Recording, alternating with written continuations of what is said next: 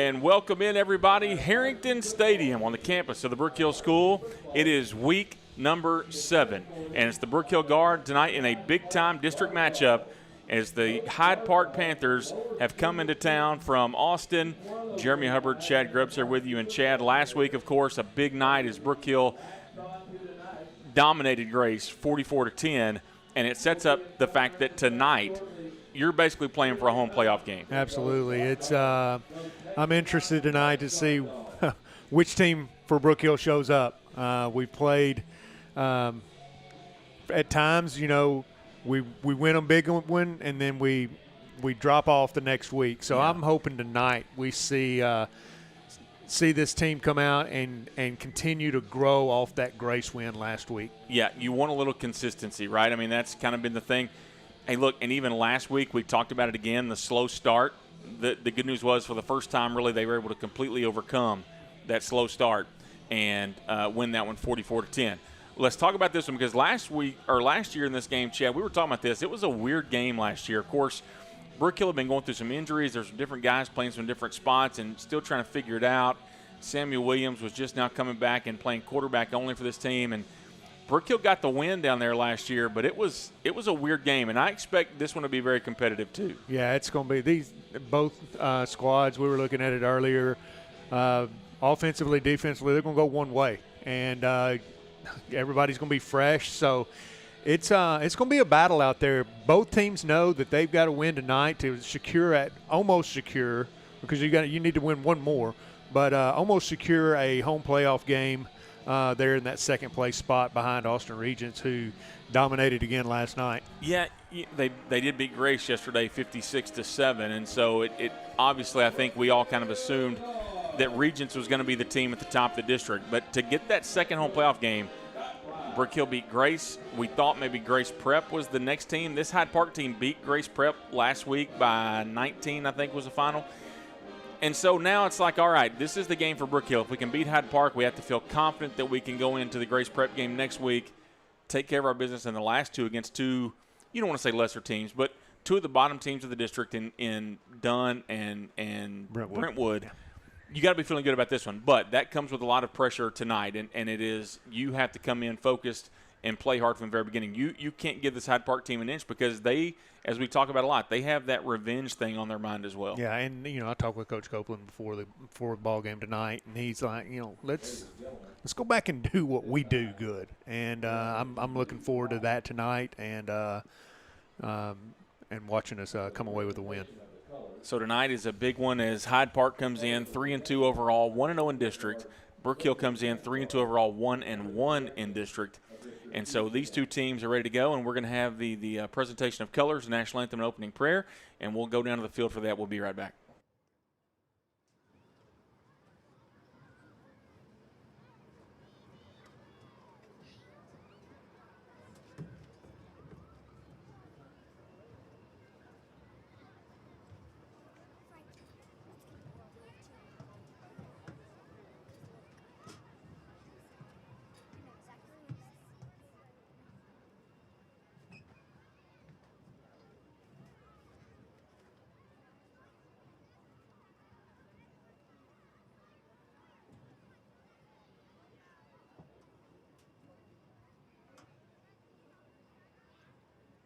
At this time, we'll be led in prayer by Mr. Nate Matei. Lord Jesus, we are humbled to come to this school tonight. God, thank you for this weather. God, you deserve all the glory, and I pray that we give it to you tonight. I pray that both teams come away healthy. God, and I'm blown away by nature and this beautiful, beautiful day you've given us. But thank you for tonight. In Jesus' name I pray. Amen. Please remain standing, and gentlemen, if you would, kindly remove your hats for the playing of our national anthem.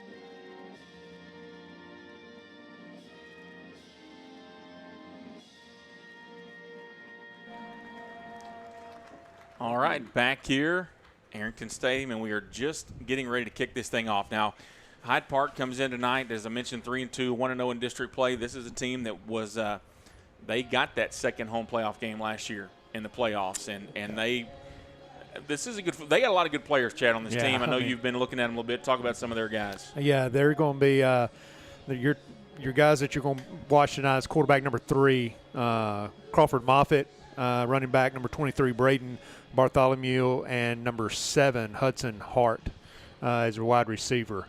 Captains for Hyde Park tonight, Wyatt Smith, number 0, number 3. There's your Crawford Moffitt, and number 12, Noah Manning. Captains for Brook Hill, number 3, Gio Orico, number 15, Cole Schluter, number 1, Zach Rowell, and number 28, Hayden Smith. Back to, Hyde Park's offense. Number 23 is a shifty little back. He's not very big, but he can go. Quarterback, he is very accurate. He doesn't have the biggest arm in the district, but he's very accurate. We were watching him throw in pregame warm-ups, Chad, and it was one of those things where it's like, yeah, the guy doesn't have the big arm, but he was dropping corner routes and only in the spot where the receiver was going to catch him. It was impressive to watch him throw. And that's going to be something that the Brook Hill defense is going to have to pay attention to, because that has kind of been the one thing, is that secondary. And look, they played really well last week. There's no doubt about that. But it's a different animal tonight, because I think the Hyde Park quarterback, the offense, a little better than what we saw last week. Well, yeah, and last week they're playing with a backup quarterback that he's basically just an athlete. And this week they've got the guy that they walked into the season with, and it's going to be. I think it's going to be a test for our secondary, and I think Hyde Park's defense. They're not little, but they look quick. So. Yeah. Looking forward to seeing what our offensive line can do with the front, 5 to 7 for Hyde Park. So Brook Hill does win the toss. They will defer, and Hyde Park will receive the opening kick. And so we'll get a chance to see this defense first. The defense played really well last week, and you want to see that carry over against, like we said, a much better offense for sure. Moffitt's a good quarterback. This was an offense, and listen, we haven't even talked about the front yet. If there's an offensive line in our district that's close to our size, it's them. It's them, right? And they are going to be well coached. Now they do have a new coach this year. You were talking about this in the pregame.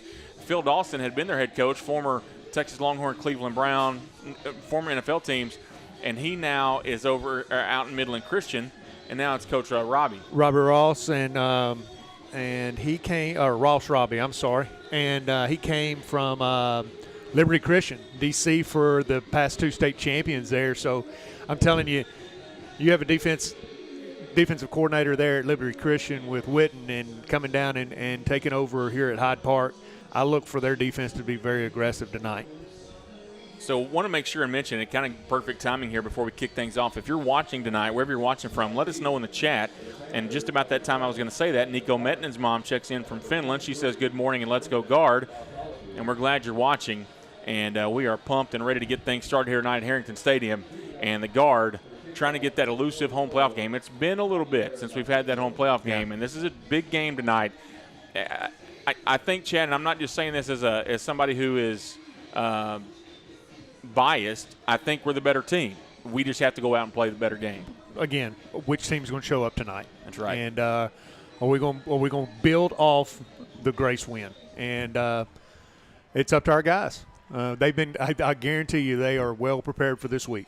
So Gavito will kick it off for the Guard, and it's Hart and Bartholomew back for the Panthers, and it's going to be Hart who picks it up at around the 10, up across the 20 to 25, makes a nice move at the 30, and Gavito with another tackle. Our man Javier Gavito trying to make all-district defense or something this year. Yeah. Listen, by the way, it's not a good thing when your kicker's making all the tackles, but at least he's making the tackles. Javi didn't get a good foot into that one, but, hey, we got down there.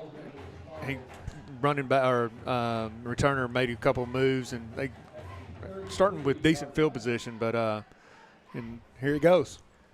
So it'll be, as we mentioned, Crawford Moffitt, the quarterback, number 3. And they're going to bring that second back there. You and I were talking about this. Tom Burgess, number 11, will be their fullback type back there in the backfield with Bartholomew. Yeah, he's a tweener guy. You know, he plays tight end, he plays H-back, he plays fullback, he plays tailback. So he's just kind of their multi-back. Yona's dad checking in tonight.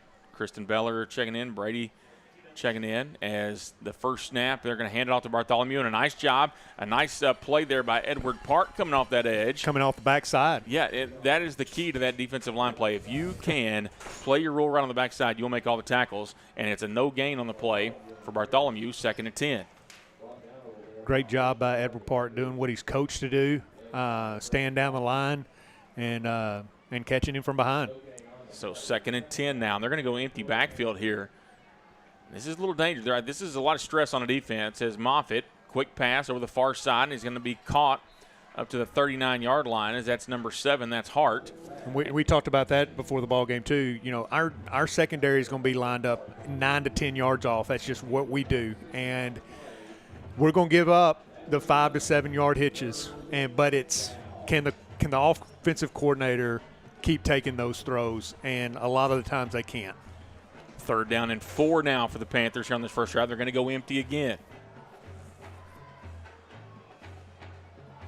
Moffitt, quick pass again, and look, the question is, Chad, as we talked about, are they disciplined enough to just take it over and over again? And now they've taken it twice in a row, 2 6-yard passes, and it's 1st and 10 for the Panthers. Subbing in right there on the defensive line, getting a couple bigger guys in there. Sid Rouleau coming in. And Luke Scott, it looks like. Yeah, look at that left tackle for the Panthers. That is a big dude there. Simon Watson-Johnson.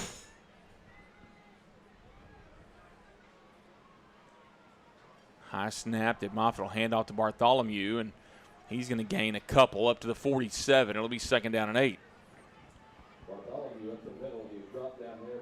I'm telling you, he's not very big, but he's quick. And look, you want to make him one-dimensional. The quarterback can throw. We talked about he doesn't have the deep arm, and that's been the problem for Brook Hill, right? He's been the deep ball. If you can control him, the arm's not there tonight to beat you deep, I don't think. 2nd down and 8. Stack action. Oh, on both sides, too. Moffitt steps up, going to run now. And he can run. Moffitt, yeah, there he goes. Up across the 40 to 35, makes a move, and he's up to the 30-yard line. And that's one thing that he can do. He has the legs as a quarterback. He can hurt you throwing the ball, but he can also hurt you running it. And that's a gain of 23 for the Panthers. It'll be 1st and 10 at the 30, 9:33 and counting here in this first quarter. Looked like we got pressure on him. We just flushed him, and we just didn't have anybody there in the middle. Everybody else was trying to play flats. It's funny because it almost looked designed in a way, the way that he just kind of took it down quick. But I think he saw, I think he's a smart quarterback, and he sees that, pre-snap. 1st and 10 at the 30, and Moffitt is going to fake the handoff, pass over the far side across the 25 down to the 22. That's number 11 again, Tom Burgess. Watching them on film all week, that's what they do. They like to do. They like to just quick get it out there. As soon as the quarterback catches, he's catching and throwing the football. And that's what they've done on all their past plays so far. So Burgess picks up 7, and it'll be 2nd down and 3 now from the 23. So the Panthers able to move the football here on this first drive. The handoff to Bartholomew. Not a lot of room to run. And a great job of this defense again. As in there, that's I see Cody Clark in there. Rouleau's in there. Also Lacasse Grandin. And he's going to lose 2 yards. It'll be 3rd down and 5.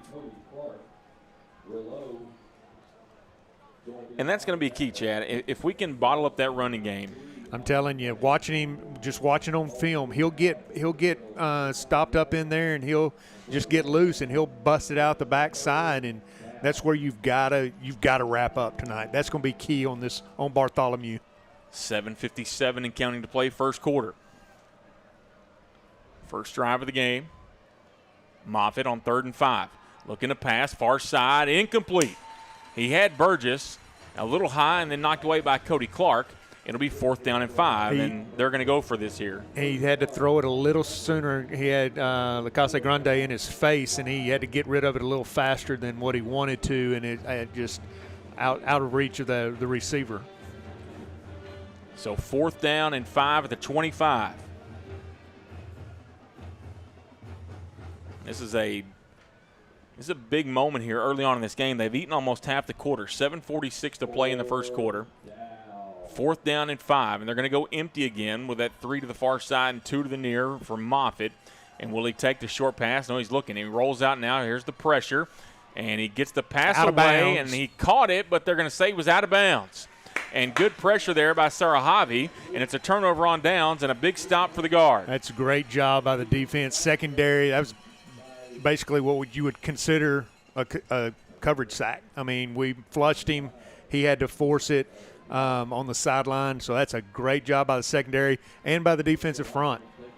So 7:40 to play in the first quarter, and Brookhill gets a turnover on downs. I have it 1st and 10. Quarterback Zach Rowell off a huge night last week. 4 touchdowns in the air, and, of course, you don't want to pile on to last week, but the offense had their way last week after the first quarter or so. Now let's see if we can continue to build on that also offensively. Not just defensively, but offensively. We want to see if we can build off the Grace win. Good to see Daniel Yates back in there, receiver. 1st and 10 for the guard at the 25. 2 backs in the backfield with Ryle, and the high snap over his head. And who's going to get to this one first? Ryle does get to it, but he's going to be all the way back at the 2-yard line. It'll be a loss of 23 on the play, but that's better than 6 points. Absolutely. Smart play, getting on the football, and live to play another down. So not ideal. They're going to say is at the 3, so minus 22 yards, and it'll be 2nd down and 32. Don't try to get it all back at once. Let's just chip away at it. Yeah, you've forced a stop already, and the Ryle will take the snap, hand off. I believe that's to PA, and PA will get about 3 on the play, and it'll be 3rd down and – see, I knew I could do this. 29. Even Coach Dawkins can't do the math. No, 3rd down and 29 here. And you're right. You don't have to do it all here. Trying to do a freeze right there. I'm going to check over here with Coach Copeland, see what they want to do here. Draw or screen right here is what I'm thinking. Slant route to Take Yates. it. So we're going to go with it, but yep. Not exactly what we thought it would be. From the 6 up to the 24. Back to the line of scrimmage. Yeah, an 18-yard gain, and that, it's positive. Now it's manageable, and you can punt it without having to worry about, the threat of a safety here. I know it's frustrating for those guys. They want to come out and they want to sustain a drive in the first drive that we haven't been able to do this year. And it's frustrating, but just settle in and let's play defense and come back and do it next time. 5:46 and counting, and Ryle's punt is a high kick, and we'll see what kind of a bounce it takes. It'll take a little bit of a Brookhill bounce, and it'll be picked up at the 47-yard line. So, look, no harm, no foul. You got the turnover on downs. You get the punt away, and you get to play defense again and avoided what could have been a crisis down here at the end with that high snap on the first play. Absolutely. It's a testament to the offense. They got some positive yards in that and live to play another one. So, no points given up. So, defense, here we go. And you get a chance now to make some adjustments. You saw what they did on the first drive. A lot of it's scripted, right? So they're going to sit there and look at what they did and try to figure out what to do next. 5:37 to play in the first quarter. I feel like all of our first quarters, Chad, have just been so fast. And here we go, flying through another one. 1st and 10 at the 47 for the Panthers.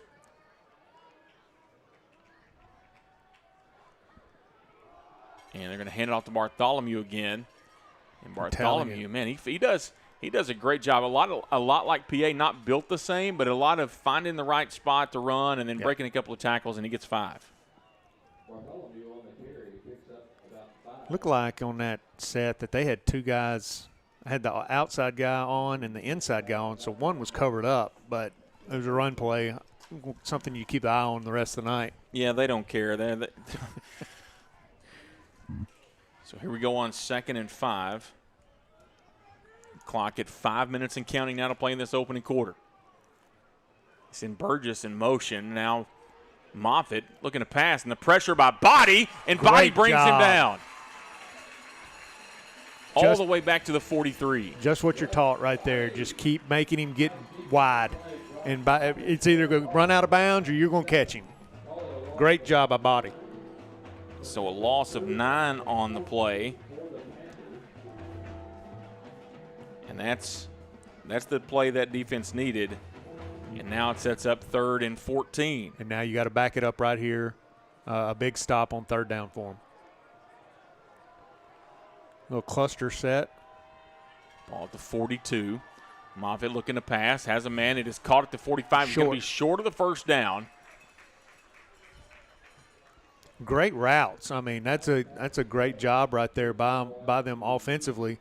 The receiver just didn't get far enough upfield to the sticks, and brings up 4th down, and looks like they're going to punt. Yeah, and I guess they feel like defensively they're good enough to punt the ball here. I'm actually a little shocked they're not going for it here, honestly, with 3:41 to play in the 1st quarter.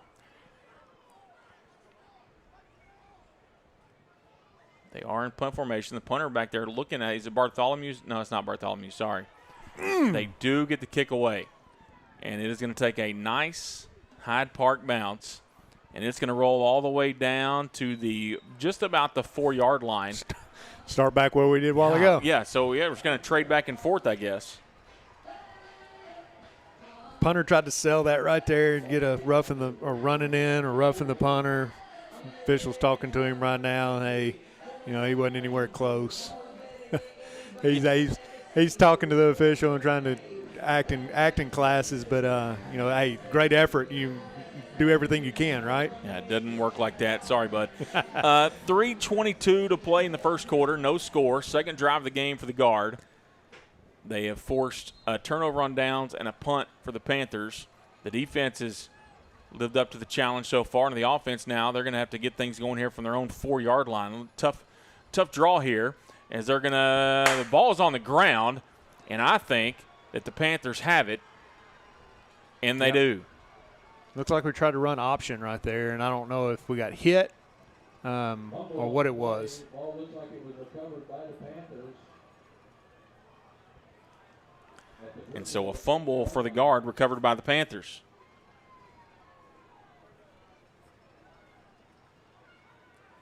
And that's unfortunate. Yeah, not ideal for sure. Now defense back against the wall, and see what we can do right here. Try to keep them out of the end zone. So the Panthers come out with 3:16 to play in the 1st quarter. Ball at the 8-yard line. Bounced around. Yeah, and a great job once again by the defense. They're going to bring him down for a loss of a yard. I see Rouleau in there. I see Lucase Grandin in there.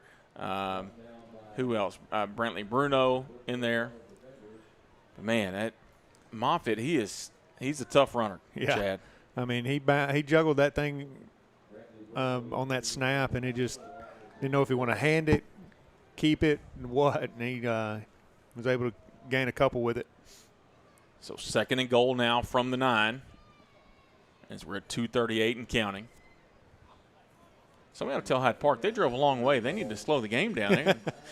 Get your money's worth, right? Or you want to get home early. Which one of the two? Yeah. I don't know. 2nd and goal now, and a timeout will be taken by the Panthers, and we're going to take that timeout with them. It's no score here at Harrington Stadium. We'll take a quick timeout and be right back.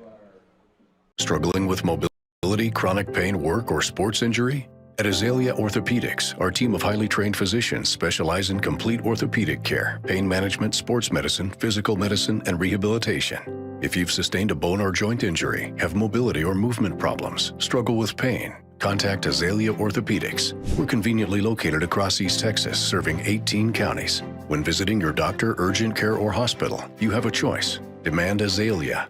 At Azalea Orthopedics, your health is our priority. All right, back here after the timeout here at Harrington Stadium as Hyde Park facing a 2nd and goal from the 9-yard line. And it has been it's been all defense here in the 1st quarter. Yeah. Both sides of the football, for both teams, I mean. So here we go. 2nd and goal from the 9. Moffitt. Bartholomew, where's he at? I don't see him. He's not out there right now. They got Burgess in the backfield.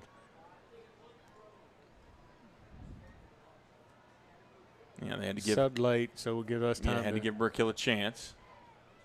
Listen, I know exactly what Coach Rowdy said to Coach Brewer. He said it to me every time for the last decade. Moffitt's pass to Burgess is dropped. I know it was behind him, Chad, but that's one you got to catch. You got to catch that one. And Moffitt took a hit too. I wasn't sure who got him, but teammates had to help him up off the ground, and that's something that if you get the opportunity, you want to hit him. Well, if I had to guess, it was Lacase Grandin or Rillo in there. Those are two guys that love to hit the quarterback. Yeah. So 3rd down and goal from the 9. We are at 2:20 to play in the first quarter. Still no score here. Big time District 2 5A matchup between the Guard and the Panthers. Once again, I'm shocked Bartholomew's on the sideline, Chad. I don't know if something's was wrong or what. Moffitt looking to pass, well covered. There's the pressure. Passes away and almost intercepted. Hey, they tried to leak one out, and he's okay. Yeah. It's 4th down. If they have a kicker, they're going to kick it. His helmet came off, so he's going to have to come out for a play. They tried to leak a guy out behind the line of scrimmage, out in the flats, and we picked it up perfect. Got pressure on the quarterback, and he had to give it up where he's going to get hit hard, and he did get hit hard when he gave it up. Yeah, and a well-covered pass there, and it will be a field goal attempt here for the Panthers, and it's number 12, Noah Manning, who will be set to kick. And we need to watch and see. We're going to have to be following that sideline with Moffitt, Chad, and see. He's taking 2 shots in a row. 26-yard field goal attempt by Manning is good. 2:15 to play, and it's a 26-yard field goal. The Panthers go up 3-0. We'll take a timeout. We'll be right back. The Friday night lights are shining, and we are teaching driving. CDL Training Academy is your resource to a better career. Come and get trained and get tested right here in Henderson, Texas. CDL Training Academy. Visit our Henderson, Texas office or online at cdllearn.com.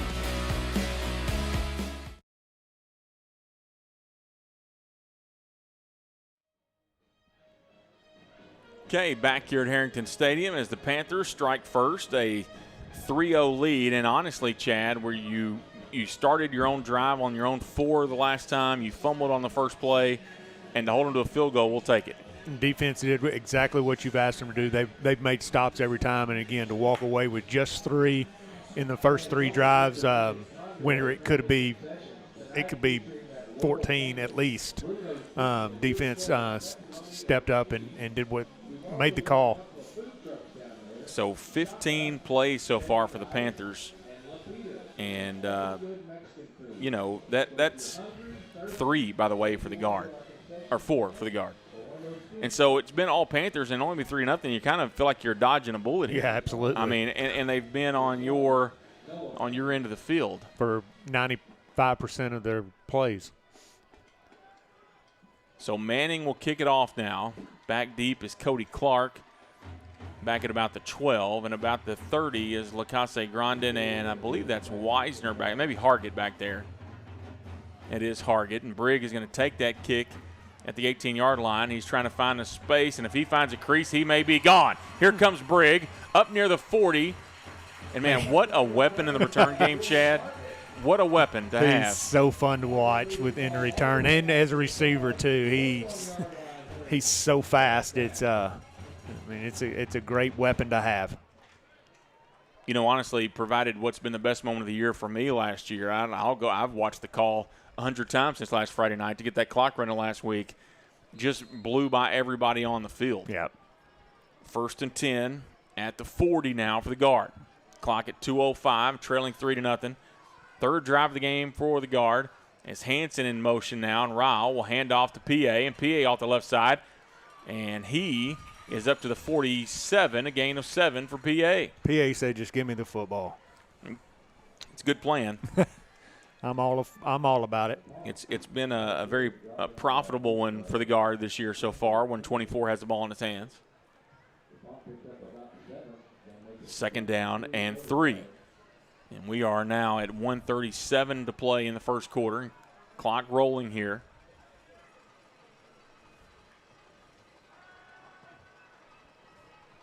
And Riles' pass looking for Yates, incomplete. A little out and up Yates action. had him. We had him. We just couldn't put it on him. So I like it. That's been the one part of the game we've been missing the last couple of weeks is Yates not being out there since the Regents game. And he only played, one drive in the Regents game. Yeah. So we need to make sure that we can get him going tonight. 3rd down and 3, clock at 1:25 to play, and Ryle. And a penalty flag on the play.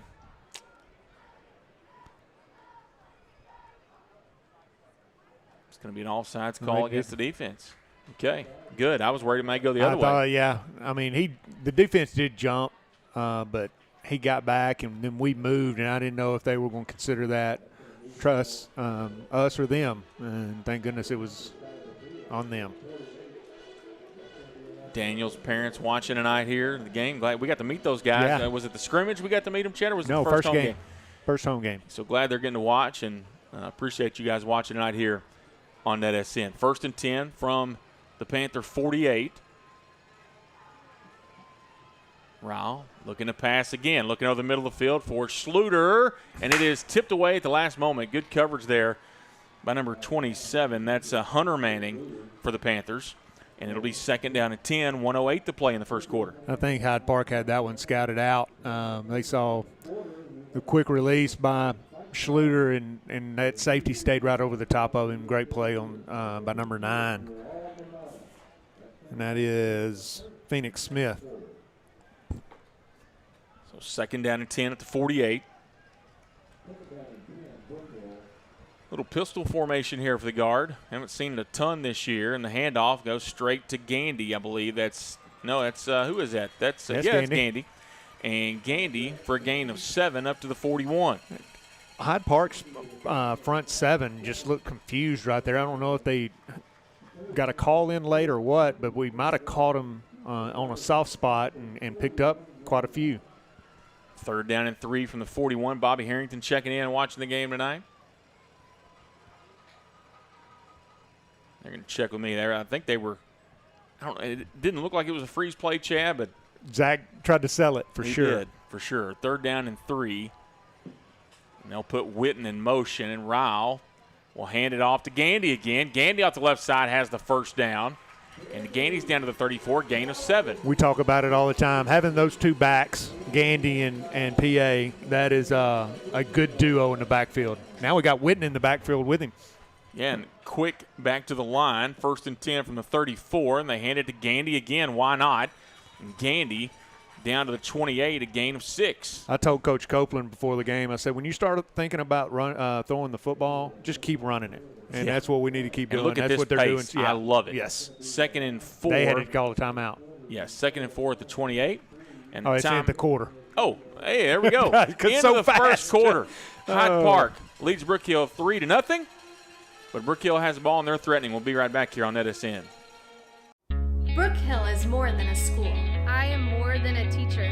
We're more than a classroom. This is more than a performance. That is more than a scoreboard. At Brook Hill, you are more than a student. Brook Hill provides a Christ-centered education that more than prepares students for college.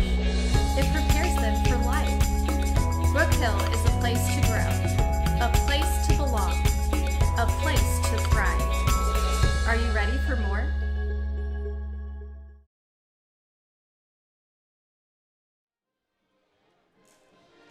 Well, you hear the greatest fight song in the world being played in the background right now, Texas Fighting. You were just mentioning, man. Are you going to hear it much tomorrow?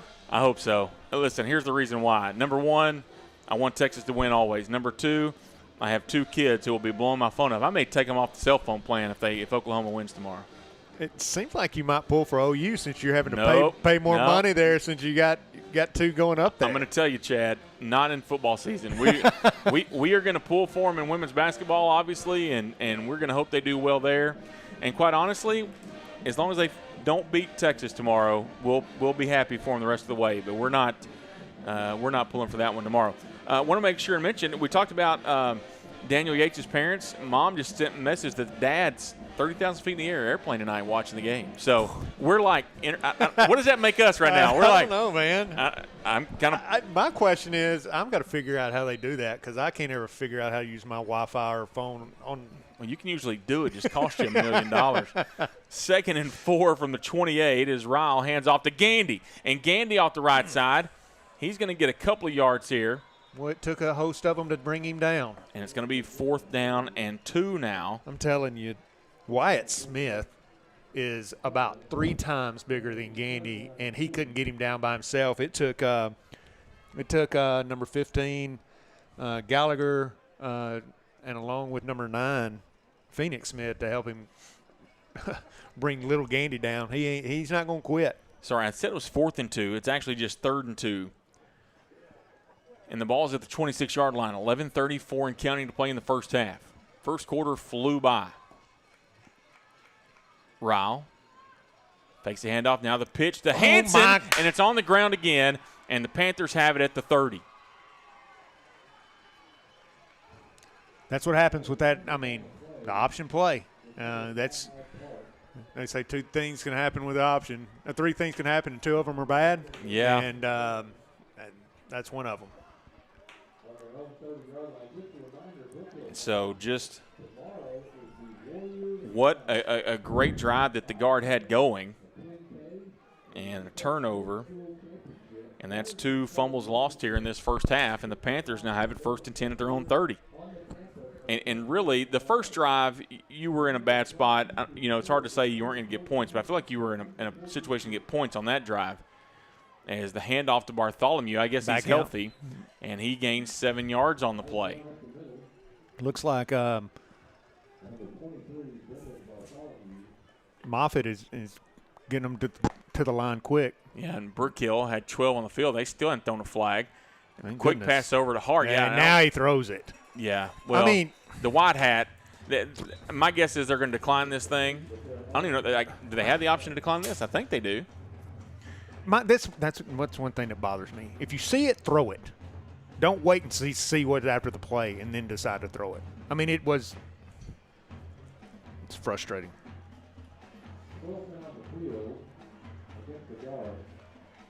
Yeah, I'd be curious to know. I mean, I guess you're going to take it's the same yardage either way. It's just a matter of stats. Do you want to decline it or take it?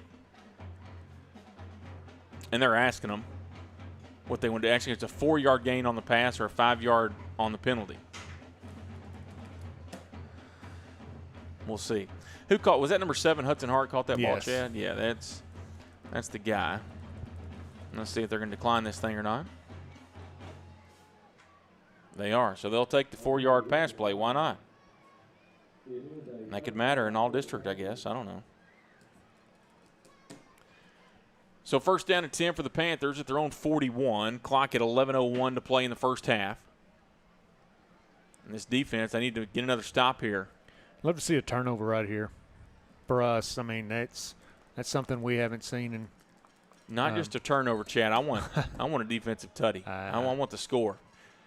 1st and 10 at the 41. Quick pass to Hart. Quick. And Hart will finally. He fumbled it, but out of bounds at the 44. So a gain of 3 on the pass play to Hart. And Hart, very quickly, Chad, he has 4 receptions already in this game. Yeah, I'm telling you, Moffitt gets that thing out so fast. You know, you may see an adjustment here in the second half, maybe even in this quarter, us as the secondary what we call screw it down a little bit and not be as far off of them. 10:23 and counting to play here in this first half. And the Panthers now, we've seen this 2-back look from them a little bit here with Burgess, number 11, and Bartholomew, number 23. And they're going to hand off to Bartholomew, hitting the backfield and dropped. I believe that's Edward Park again. And Eddie having a great game today. That's what you got to do with Bartholomew. You can't just grab him. You've got to wrap him up and bring him down to the ground. He's so shifty and slick. And they lose a yard on the play. It'll be 3rd down and 8 from the 43. Another big 3rd down. Brookhill has put Hyde Park in some situations on 3rd down that is not good for them, right? I mean, it's – yeah. Well, you saw Coach Collins, what he just signaled right there. I'm not going to call it, but it's exactly what we need right here on 3rd down with the backers. And there they are. There's the play action, the pass down the middle, and Hart has a step on Hansen, and they're going to throw the flag. And you know what? Honestly, Casper, that's better than 6 points. Yeah, because it's not like the NFL or college. It's not going to be down there. Yeah, it's from the line of scrimmage, and it saved a touchdown. Yeah, 15 yards, we'll let you have it. I mean, that's truthfully. People are going to say, well, why'd you do that? Why'd you do that? That's the smart play for him. He was beat. We coach it. You get beat tackling. Listen, you remember those games, Chad, playing Cedar Hill and Deion Sanders? No, I was not here. Well, I was at Evangel. Okay, well, you're lucky for that. Oh, but we were supposed to, but he wouldn't play us. I remember Seth Moss, man, who was a great player for us. Yeah. That we were playing Cedar Hill the first time, and he came to the side and said, Coach, what do I do? We said, tackle him. Don't let him go by you. When he runs by you, tackle you. But, just, at our level especially, that's the right play. Yeah, absolutely. So 9:29 to play here in the first half, and the Panthers have it 1st and 10 at the Brook Hill 42.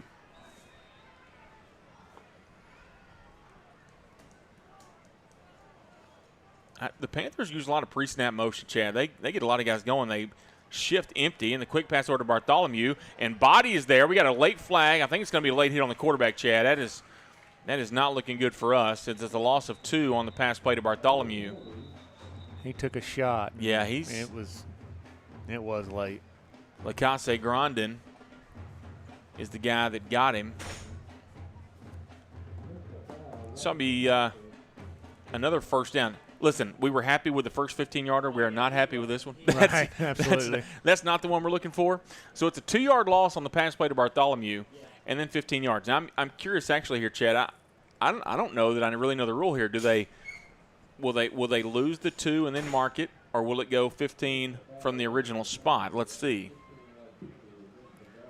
We're going to find out when they get it to the 30. So that was like a 14-yard penalty somehow, but it is a 3-yard loss on the pass to Bartholomew, and then the 15-yard penalty.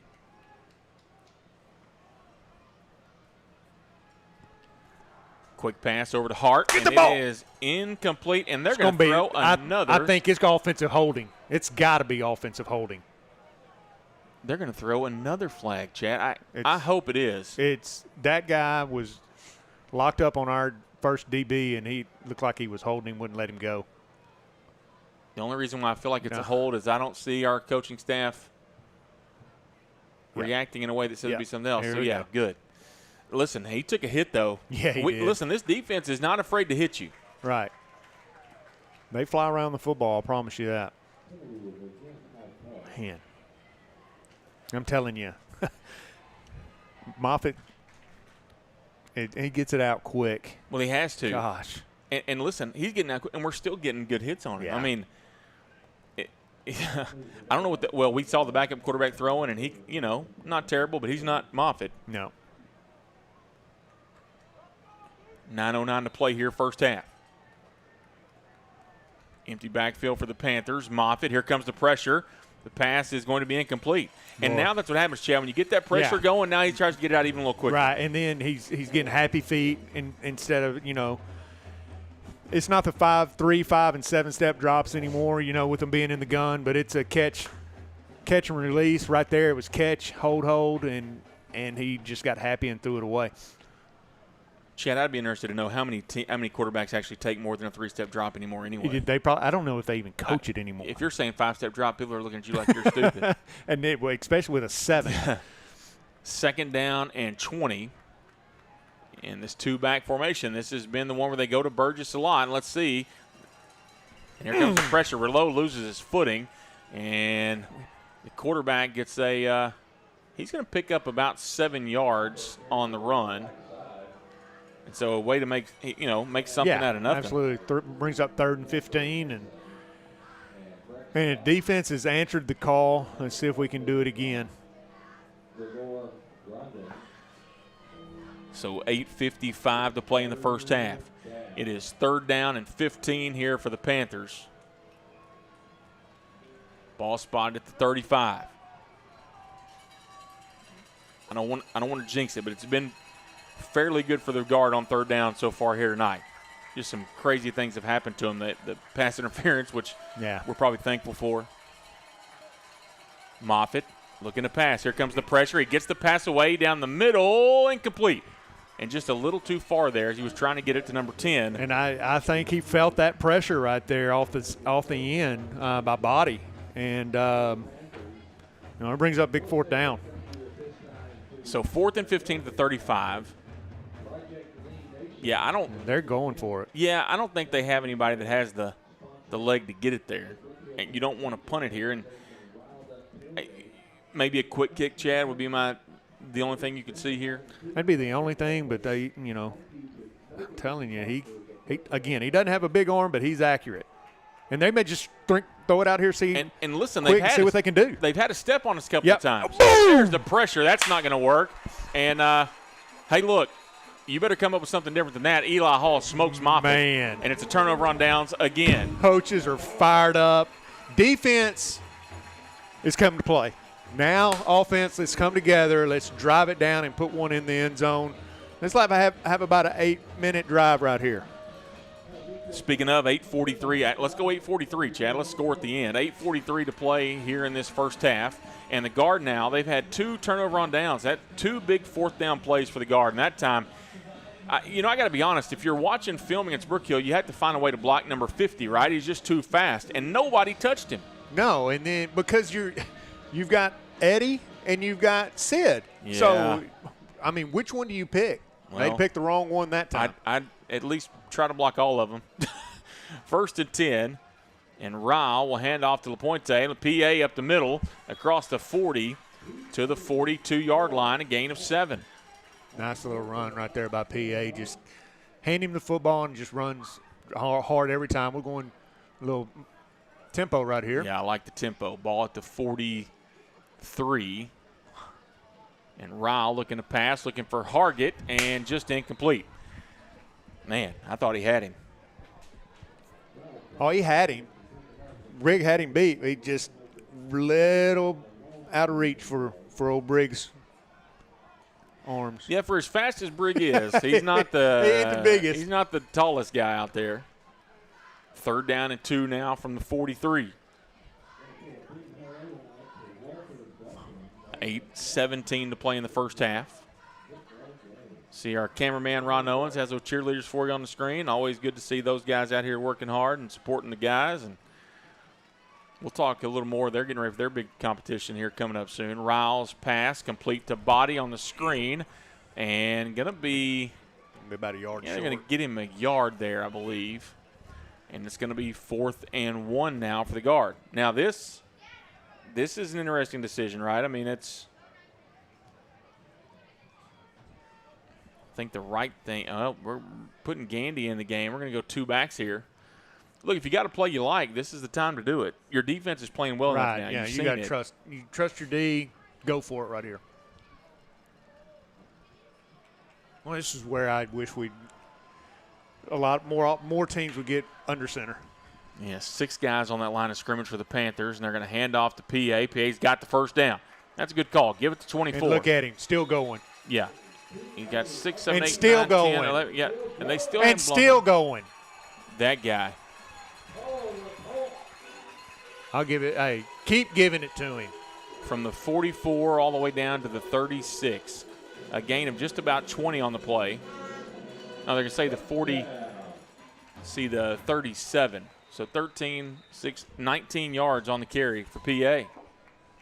Hunter Manning in there on the tackle, along with Nixon.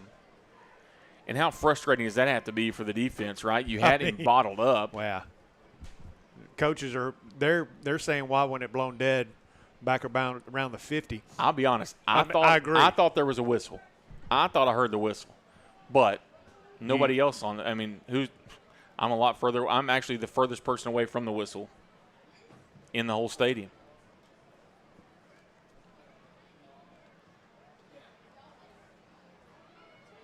At this point, I really don't know what you can be talking about, honest with you, Chad. Well, why is he at the 45 with the football and not at the 37? Do we have a penalty here? I don't see any flags. That's what they're going to do. They're going to say it was blown dead. if one official blows it, they all need to start blowing it, especially in something like a scrum like that. Somebody can get hurt. Yeah, so there's a lot of conversation here that I just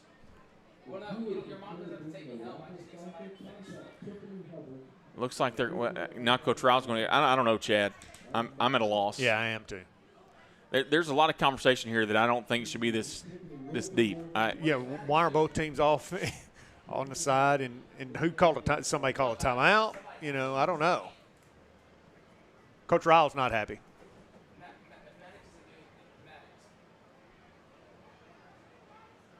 Yeah. He is letting him have it. Well, boy. He took the headset off. Yeah, there we go. Listen, easy, Scott. Easy, Scott. You've been on that end of the. Yeah.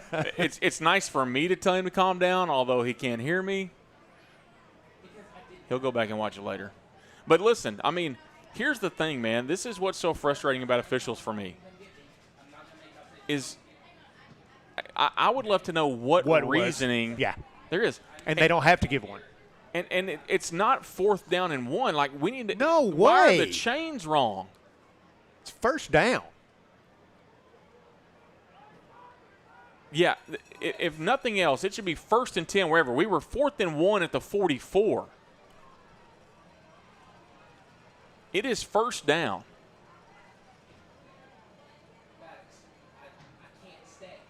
I don't understand here, Chad. Now it's getting more and more confusing. Are they going to say an inadvertent whistle, Chad? I think they're going all the way back. No way. I'm telling you, I don't. Okay, Brett, I'm going to apologize now. This is bad. This is bad. That is unbelievable. They need to be able to give an explanation of what's going on, and they're not held accountable for that in high school football. Here's the thing: even inadvertent whistle, it should be where they were when you blew the whistle. That is really bad, and somebody's going to be really embarrassed when they turn that film on tomorrow morning and watch it.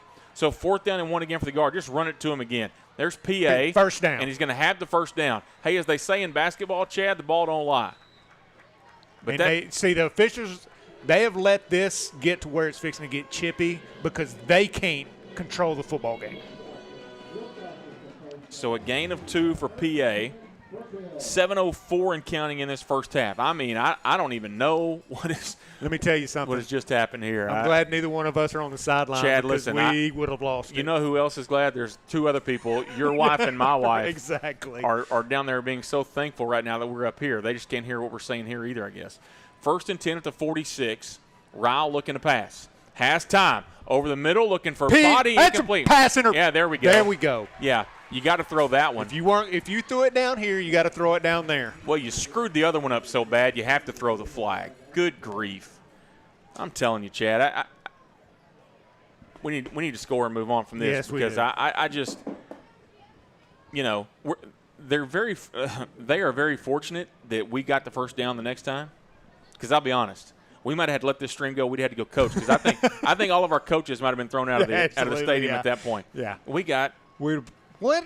No, what? Oh, because it's from the spot. Okay, it's from the line of scrimmage. Easy. All right, easy. We're all right. We want the spot foul on us. Yeah. What I've always laughed at, Chad, this is just a thing that I don't understand. How they step it off. Why are you stepping it off? Just count to your yardage and go. You know why they're stepping it off? It makes me wonder. Because they got to count it off. Yeah, they can't add it up. It makes me wonder.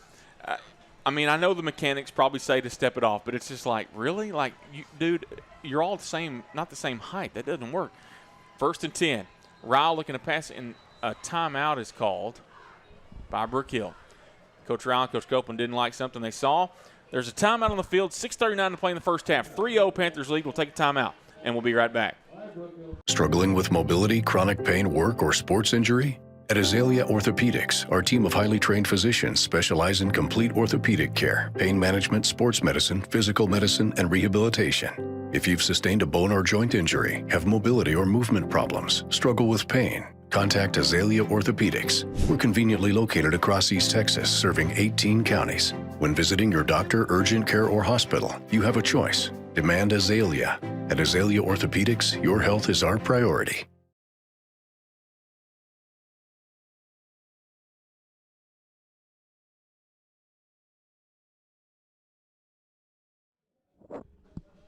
All right, back here at Harrington Stadium, and our main man Braxton Brady checking in. He's in Knoxville tonight. He thinks it might be a good thing as well. I don't know. That's listen, we're with you, Mr. Brady. That was interesting. Gosh. So 1st and 10 for the Guard now. Ball at the Panther 39-yard line. 6:39 to play in the first half. In a 3-0 Panther lead, it has been all defense here. And really, Brook Hill's had a couple of good drives, and you hope they can finish this one off because the first time it was less than derailed. Yeah. 1st and 10. Ryle. Yeah, they were trying to draw him off sides there. And check over the sideline and change the play, and Ryle is going to hand it off to PA off the right side. There's that little quick burst that we see out of him. You got to wrap him up. Yeah, you can't just hit him because he's going to bounce off of you. And so PA goes down to the 35. It'll be a gain of 4 and bring up 2nd down and 6. What defensive guard or defensive tackle or defensive end got across Luke Scott's face, and I thought they were going to throw a little flag on him for holding, but PA was able to get around it. So 2nd down and 6 for the Guard now. Ball at the 35-yard line. Need points on this drive. Yes, we do. Need to put points on the board on this drive. You get the ball first in the second half. You're getting close to a 2-for-1 here. 6:31 to play in the half. Schluter goes in motion now, and Ryle's going to hand it off to Gandy. And Gandy just lowers his shoulder pads and only picks up 2, but I felt like he knocked a couple of guys 3 yards back. Yeah, that's one where we leave the guard unblocked and work to the backer, and Schluter takes care of the guard, and it's wham. A lot of people call it many things, but trying to invite him upfield and get a little more yards on that. 3rd and 4 from the 33. Hanson in motion again. Now Ryle's going to fake the handoff, pitch it to Hanson. He catches this one, and Hanson up to the 31-yard line or so. Let's see where they spot it. They're going to say just a gain of a yard there to the 32. I tell you, Hyde Park's not slow out there on the edge. Where they haven't been able to stop us is straight up the middle. We hear you, Nate Ryle. They've stepped off a 14-yarder and a 16-yarder. It could be solved just simply by doing the math. I mean, if we're at the 48 and it's 15 to 33, now we've had many conversations, Chad. You've heard officials, and it's bad. 4th and 3 for the Guard here at the 32. Hanson in motion. Ryle's going to take it and hand it off to Gano. He's going to keep it, and Ryle's got the 1st down. And that's what I'm talking about right there. Take it and run it north and south. Big Brantley Bruno out there blocking. Just destroying kids. Destroying that poor kid. Gain of 7 for Zach. And it's 1st and 10 at the 25. Speaking of Nate Ryle and Zach Ryle, Cam Ryle's here tonight. Braxton Durrett down on the sidelines. Tyler Vining, John Mark Rico. A lot of former players here in the house tonight. A lot of fall breaks going on across different campuses. 1st and 10 at the 25. Man in motion is Hanson. The handoff goes to Gandy, and Gandy off the right side. He's going to pick up about 5 yards here. It'll be 2nd down and 5. Well, I like to see it. People are going after it and helping each other out. Yeah, on both sides. Yeah, I mean, helping each other up. No chippiness. Not because I've seen fists fly a couple of times, but we're not seeing that tonight. Everybody's playing hard and just going at it. 4:06 and counting in the first half. 2nd down and 5 from the 20. Got PA back there behind Ryle in the pistol. Ryle's going to hand it to PA, and PA off the left side, bursts through the hole. 15, 10, 5, touchdown, PA. You got to wrap him up, and they didn't. 20-yard touchdown run for LaPointe, and the guard take the lead. Man, that's huge. Brook Hill needed that one.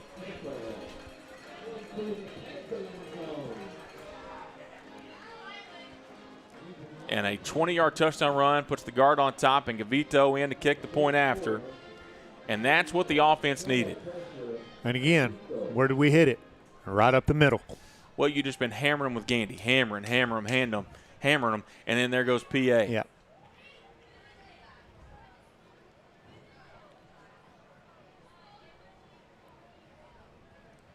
So Gavito set to get the point after, and his kick is up, and his kick is good. And with 3:46 to play in the first half, your new score, Brook Hill 7, Hyde Park 3. We'll take a timeout. We'll be right back here on NETSN. The Friday night lights are shining, and we are teaching driving. CDL Training Academy is your resource to a better career. Come and get trained and get tested right here in Henderson, Texas. CDL Training Academy. Visit our Henderson, Texas office or online at cdllearn.com.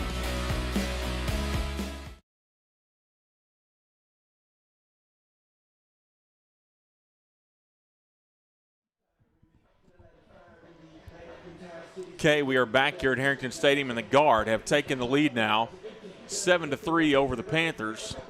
And, man, the defense has just done such a great job in the first half. You needed the offense to finish off a drive. They're able to do so there, and they take the lead. And you kind of mentioned off the air, now you just want to – now maybe you relax a little bit. And we've kind of seen that out of this team. They've played so tight early on, it feels like, and then when things start going, now they're fine and they're able to get in their offense. It's almost like we want to go play a quarter and a half before we ever play the football game, you know? And I'm telling you, once we break it and we score our first touchdown, it's like – our confidence is back to where we know it should be, and I'm looking forward to this.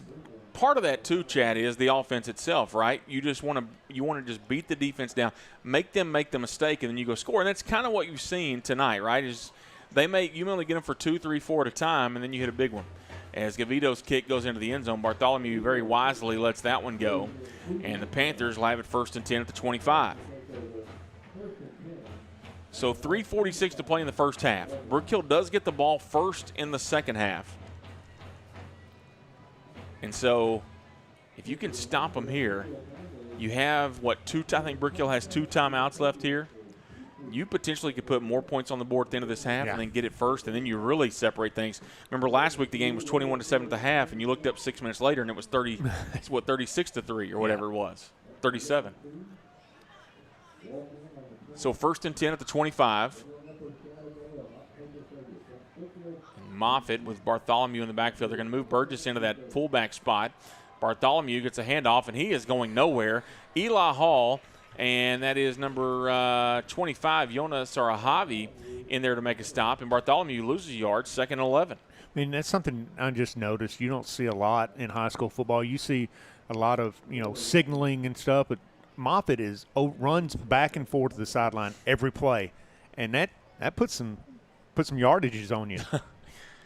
Especially when you're getting hit the way he is. Yeah. At some point you're like, Coach, can we just tell somebody else? Empty backfield here on 2nd down. Moffitt going to pull it down and run, and he is dangerous there, and he's going to smart play by him right there because he knows them boys in orange are going to bring the wood. So he gains 6 on the play. It's going to be 3rd down and 5 from the 30, and the clock is at 2:53 and counting. And you get a stop here on 3rd down. You're going to keep your timeouts for offense here. Huge.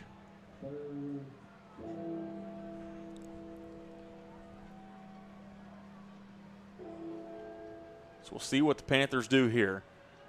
When we get a dead ball, Chad, we're going to talk about something that you and I talked about before the game, and we've already seen them get away from it. 3rd down and 5. Moffitt looking to pass over the middle. Incomplete. Great job. Nico Metnin. Nico, Mom's watching, and she just saw you break up the 3rd down pass. It's 4th down. Great job, Nico.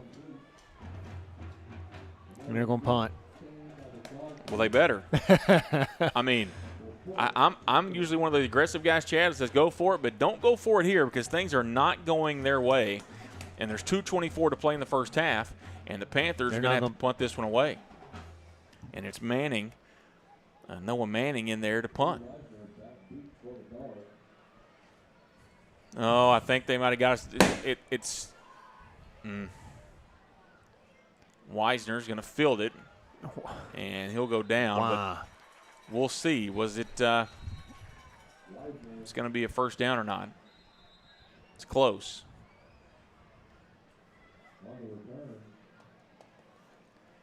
That would be a huge break for the Panthers. It is offsides. Why are you asking them if they want to take it? That actually makes me believe it may not be a first down. It's right on the yard line. It's because here's the thing, Chad. If it's going to be a first down, like, you don't even have to ask them. Like you just. But listen, we don't know with this crew. Yeah, that's the truth.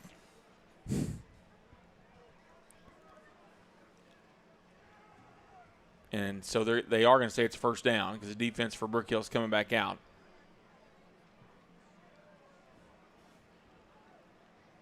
Just trying to do a little bit too much right there. Had them backed up.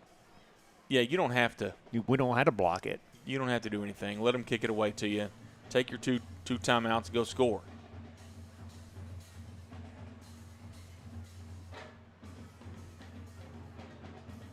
Yeah, there you go. There's first down. So first and 10 at the 35 for the Panthers. 2:15 to play here in this first half. And those are the kind of penalties that will drive you crazy, Chad, because you did not have to do anything there. Sure didn't.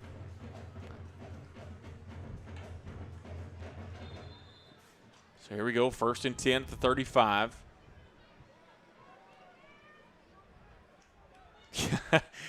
Nate Rouse has let him measure with his steps. That's a good point. Because it's either going to be a 4-yard penalty or a 6-yard penalty. We'll take our chances, I guess.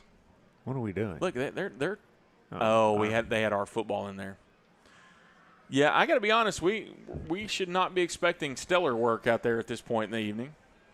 Kind of been, when people ask me why are teams moving their games to Thursday nights, we could just turn this film on. Yeah, that'd be one reason why.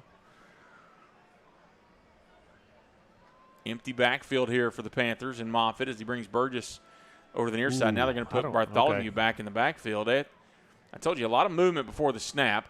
Moffitt looking to pass. Hart has a step on the defense, and this time they can connect, but he loses his footing. That's a good break for the guard there because that would have been 6. And he's down to the 23, and it's a gain of 40. It's a gain of 42. We got enough on. We only got 10. Oh, we got 11. So first and 10 at the 23. Hand off to Bartholomew up the middle, and he's going to be hit immediately and brought down. Sidney Rouleau there, and it's going to be no gain on the play for Bartholomew. Second down at 10. They ain't giving forward progress out there, did they? Yeah, I thought he at least got something. I did too.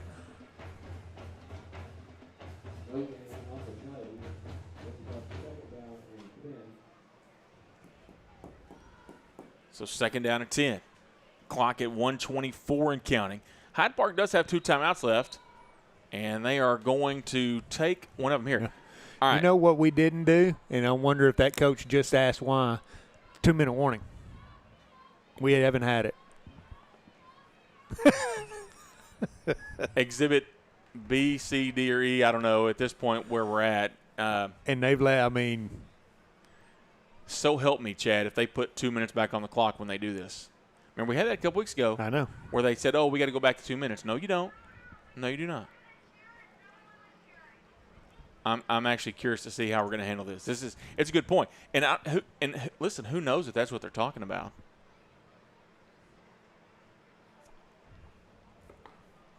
Oh, boy. And look, here's the thing. Okay, a little secret of the trade, Chad, we're going to let people in on. At this point, if you're the Brook Hill coaches, you know what you're trying to convince them of? That they have to go back 2 minutes and we got to take the ball back. You're trying to convince honestly, right?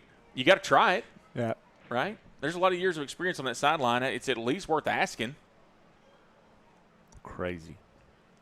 Coach Riles got his hands out like, what's going on? Why did we just have this? And we're not going to have a 2-minute warning. By the way, we're still not having a 2-minute warning. And it's second and 10 from the 23. And Moffitt, this is unbelievable. Moffitt is going to look to pass over the middle, and it is going to be incomplete. Stops the clock. And it's a third down for the Panthers here with 1:18 to play in the first half. 7-3 the Guard lead.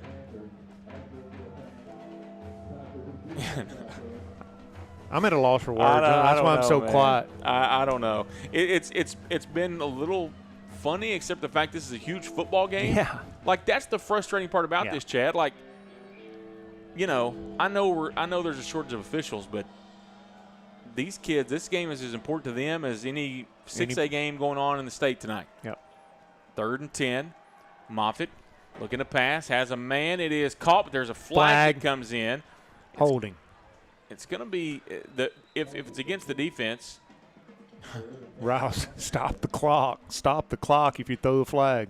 It is a gain of 11 on the pass, but it is a hold against the defense, so it won't count. And it'll be 3rd and 20 now. Screen right here. And with Bartholomew's athleticism, that's a dangerous play, honestly. Yeah, I mean, slip him out. A little slip screen by Bartholomew right here is what probably toward their sideline.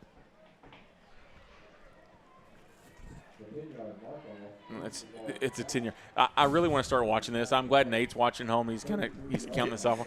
Nate, that's your job for the rest of the night. Count the steps. But it's 3rd and 20 now.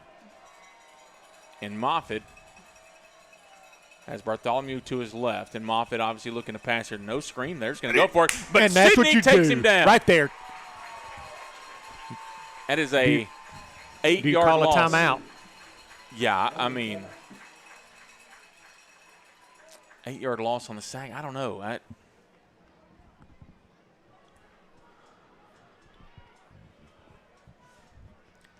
We're not going to take a timeout. 45 seconds and counting.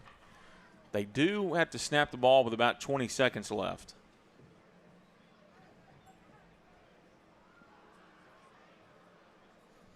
That's the 3rd sack of the night for the Guard, Chad. Been a wild first half. And it's not all because of the kids. It has been something. And a lot to talk about at the half. We'll update you on scores from across East Texas at the half as it's only 8 o'clock, Chad, and it's halftime here. My goodness. And now we got a delay of game penalty against Hyde Park. They're willing to let that clock burn a few extra seconds. And might as well take 5 more. You're going to punt it here anyway. But Brook Hill does, they're going to have 17 seconds minus a few here for the kick. They'll have 2 timeouts left. I mean, and the way we run the football, you don't even have to throw it deep to try to score here. You may be able to run the right play here and bust one. So it's 4th and 2 counties. It's actually 4th and 33 if you're counting, but they're bringing Moffitt in. They're going to snap it and try to run around. Yeah, I don't know, man. Why would you? They're going to quick kick it. They're going to get him back there deep, quick kick it, and that's not a bad kick. I might try that more often. That's and it's going to go in the end zone. Touchback.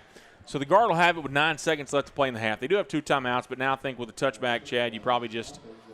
I think you probably nil it out and go into the half. That's what I would regroup. You get it coming. You get the football coming out. And the fact, we've turned it over twice already. That's probably the safe thing to do. Just take the knee, come back out after the half, get the ball first, and your defense is playing so well tonight, that you're fine. Absolutely. And we'll see that it looks like that is the formation we're going to be in. I see some new offensive players in there. Normally you don't have some of those guys in. Yeah, PA is going back deep. So they're going to snap it and kneel on it, and we will go to the half. Well,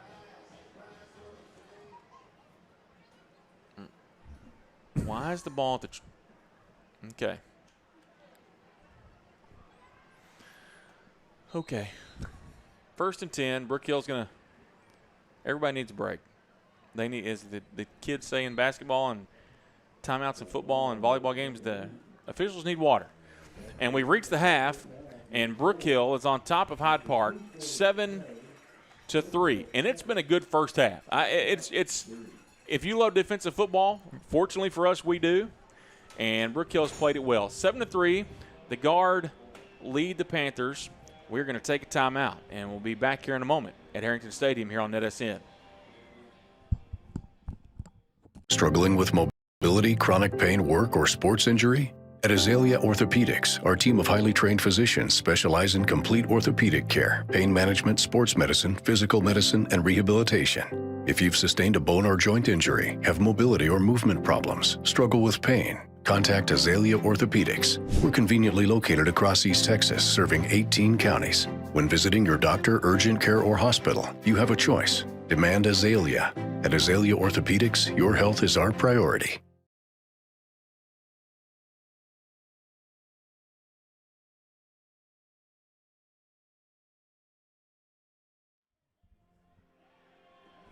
All right, back here at Harrington Stadium, Brook Hill on top 7-3. We were going to take a longer timeout, but we're going to bring it back now as the Brook Hill Lower School cheerleaders, all 3,032 of them are out there under the direction of Tiffany Hubbard and Maddie Hanks. And we'll let you watch those cheerleaders, and then when we're done there, we'll go back to commercial break, and we'll be back with some stats and some talk about the first half here on NETSN.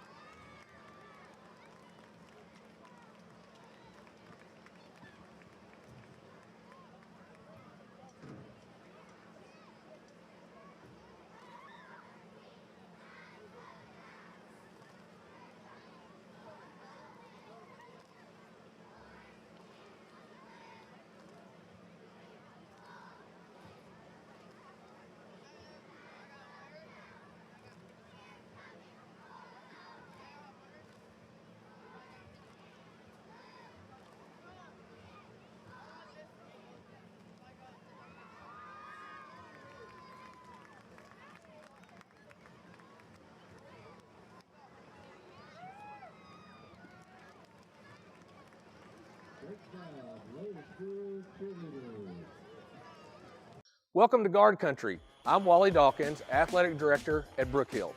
Athletics is a big deal at Brook Hill.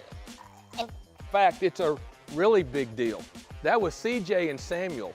They're both members of our football state playoff team. At Brook Hill, winning is the goal of competition, but that's not why we play. But we really love to win. That was Kaylee. Kaylee is the 3-time state champion in the 100-meter and 300-meter hurdles. That's Blake. Blake was a member of our state championship baseball team and our state championship soccer team. And he's coached by the Best Preps Coach of the Year, David Collins. Over 20 of our coaches are full-time employees, including our Director of Athletic Performance and Development. 2 more, start.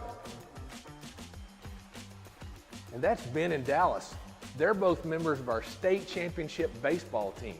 And Ben might be the next AJ Minner. We not only work to develop our students' athletic performance, but also Christ-like character on and off the field or the court. Hey, Juliana. That was Juliana. Juliana's all orange. She played on 4 different varsity teams at Brook Hill this year. At Brook Hill, we encourage our student athletes to compete in multiple sports. That's Carmen. Carmen has over 600 career strikeouts and was our starting pitcher on this year's state champion softball team. You'll hear us say all orange all the time, and we mean it. The culture of our athletic department is unlike any other at this level. And there's Osagi and Remy, both members of our state playoff basketball teams. Do you want a championship athletic program in a Christian environment that prepares you for the next level? Then come join our team.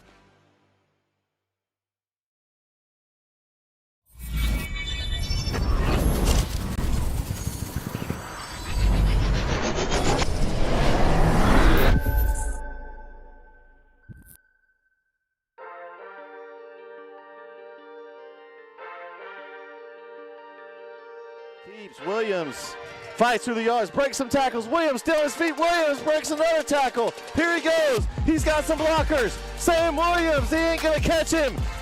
Touchdown, God. 59-yard touchdown run on 3rd and 2 for Sam Williams. Yeah, whoa. They get set early, very quickly here. Play clock down to 3. Dixon gets it off, low snap. Pickram up the middle, and there he goes. Pickram into the secondary. Pickram is going to go. He is gone. Touchdown. Macho steps up in the pocket, and he gets away from one tackler, avoids another tackler, tries to run. He's still on his feet. Camacho's still on his feet. He's still running. Camacho, goodness gracious, he's still going. Camacho, is he going to score? Wow. Touchdown. Quick pass. Bork adjusts and intercepted, and he caught it. He's coming back. He's coming back. He's going all the way. Oh my God. No, it's Taylor. Just let him go. Just let him go. And a pick 6. Kind of stalled him out here. Brisbane got Stewart with a little.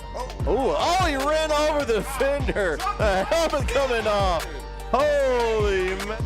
Quarterback Smith. And Smith's in the gun. He's going to go back to pass. Goes out to his left. He's got a man open. It's Bork again. Caught. Bork breaks some tackle. Oh my gosh. He's still on his feet. He's inside the 10.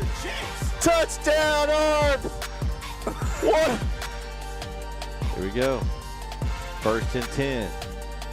They're going to throw it outside. They're going to double pass here. Going deep. That's Man Scott. What a catch by Man Scott. It's a one-handed grab. He's going to go almost all the way. Just tackle at the 1. Highlight reel right there for Man Scott. Oh, my goodness, Jason. I don't think you'll see anything like that. Woo!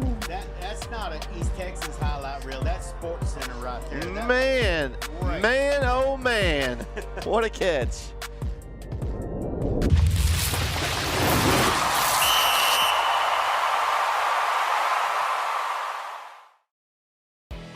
The Friday night lights are shining, and we are teaching driving. CDL Training Academy is your resource to a better career. Come and get trained and get tested right here in Henderson, Texas. CDL Training Academy. Visit our Henderson, Texas office or online at cdllearn.com.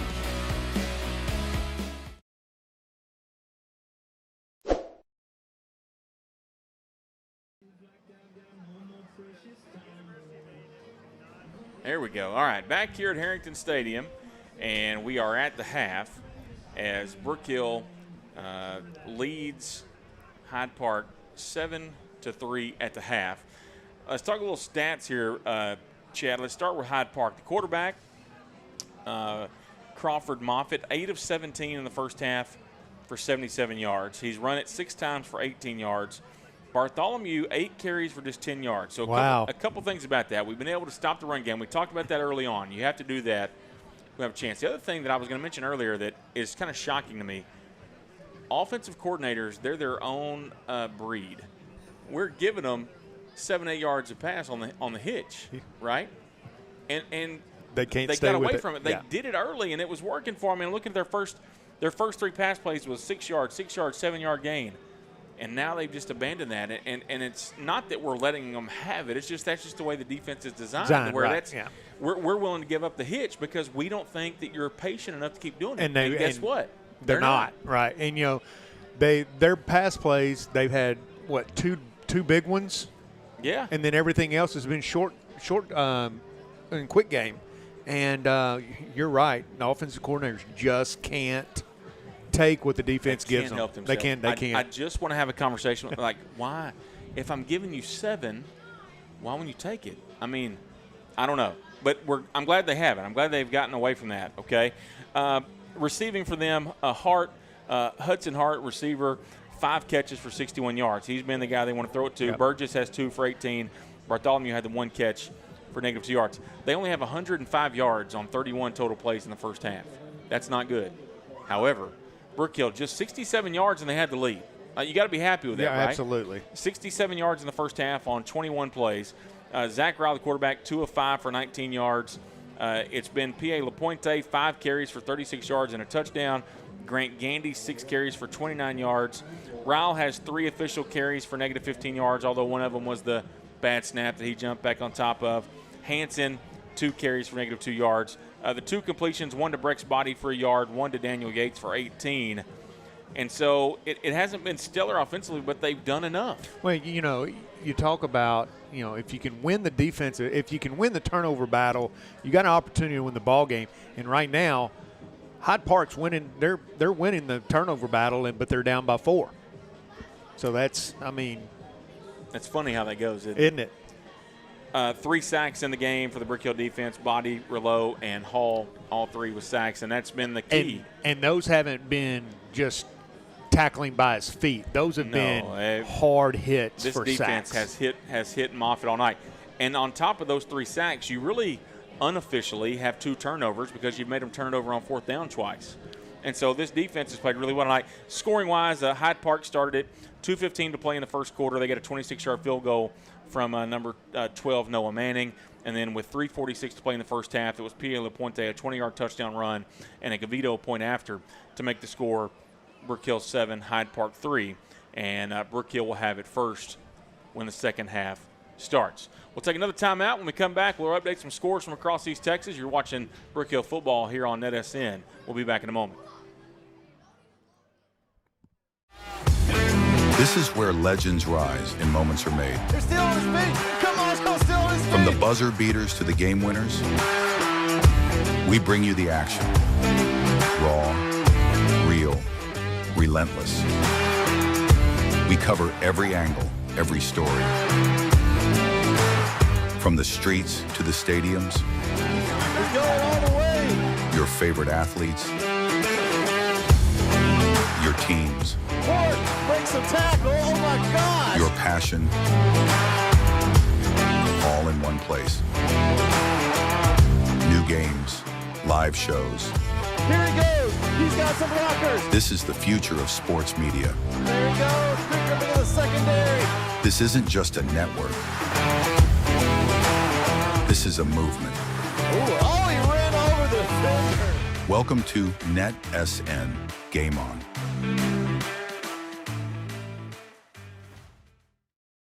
When you talk about Brook Hill Athletics, you're talking about a program that gives you the whole package. At Brook Hill, we are very competitive athletically. In fact, we've won 14 state championships in the last 11 years. We have state-of-the-art athletic facilities, and with our new turf training field, we're once again proving our commitment to providing quality athletic venues. We have 20 coaches at Brook Hill who are full-time employees.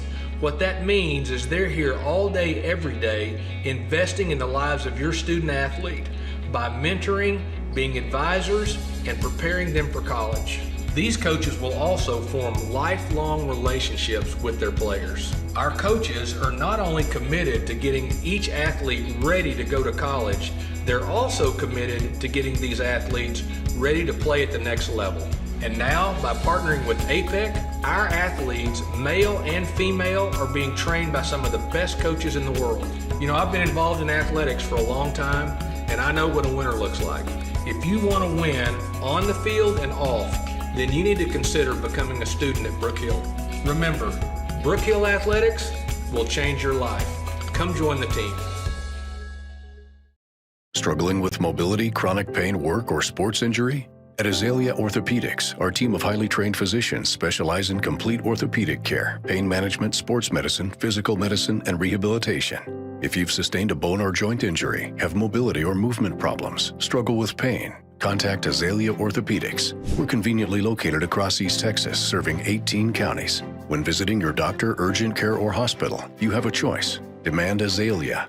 At Azalea Orthopedics, your health is our priority. All right, back here at Harrington Stadium on the campus of the Brook Hill School. We're at the half. The Guard lead the Hyde Park Panthers by a score of 7-3, and this is a big game. We were talking about this a minute or earlier, Chad, or before the game, that the winner of this game puts themselves in the driver's seat to get that home playoff game, which is super important because District 1 is loaded. That's a good football district, so you want to have every advantage you can, which of course means playing at home. Right. Yeah. You don't want to be the third or fourth place team and end up going to, Fort Worth All Saints or Midland Christian, Lubbock, any of those. So you'd like to be able to stay home at least 1 week and you have your home crowd behind you and be at home, be in your your own environment. And then, hey, week 2, you don't know who you get and play a neutral site. Yeah, you never know what happens. It's one of those things you want to get in the tournament, number one, but then especially once you win the first one, then it's anybody's thing, right? You never know. Hey, I do want to make mention of the Brook Hill app. You saw the ad for that just a few seconds ago on the broadcast.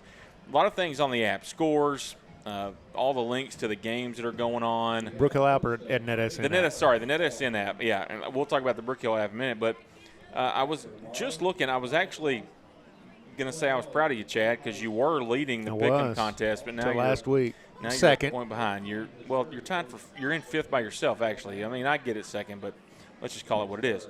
You've gotten 48 out of the 60 correct so far, and that's not counting this week. Now, what do you have this week? Maybe you got some you went 2-0 last night, I heard you say? Yeah, went 2-0 last night. Now I'm waiting to see Cayuga. I mean, that's a good ball game right now. It's halftime, 7-6. Cayuga's leading Carlisle. I went with Pittsburgh, Edgewood, Gladewater, Mount Enterprise, St. Aug, T-High, and Kilgore. Yeah, I like those picks.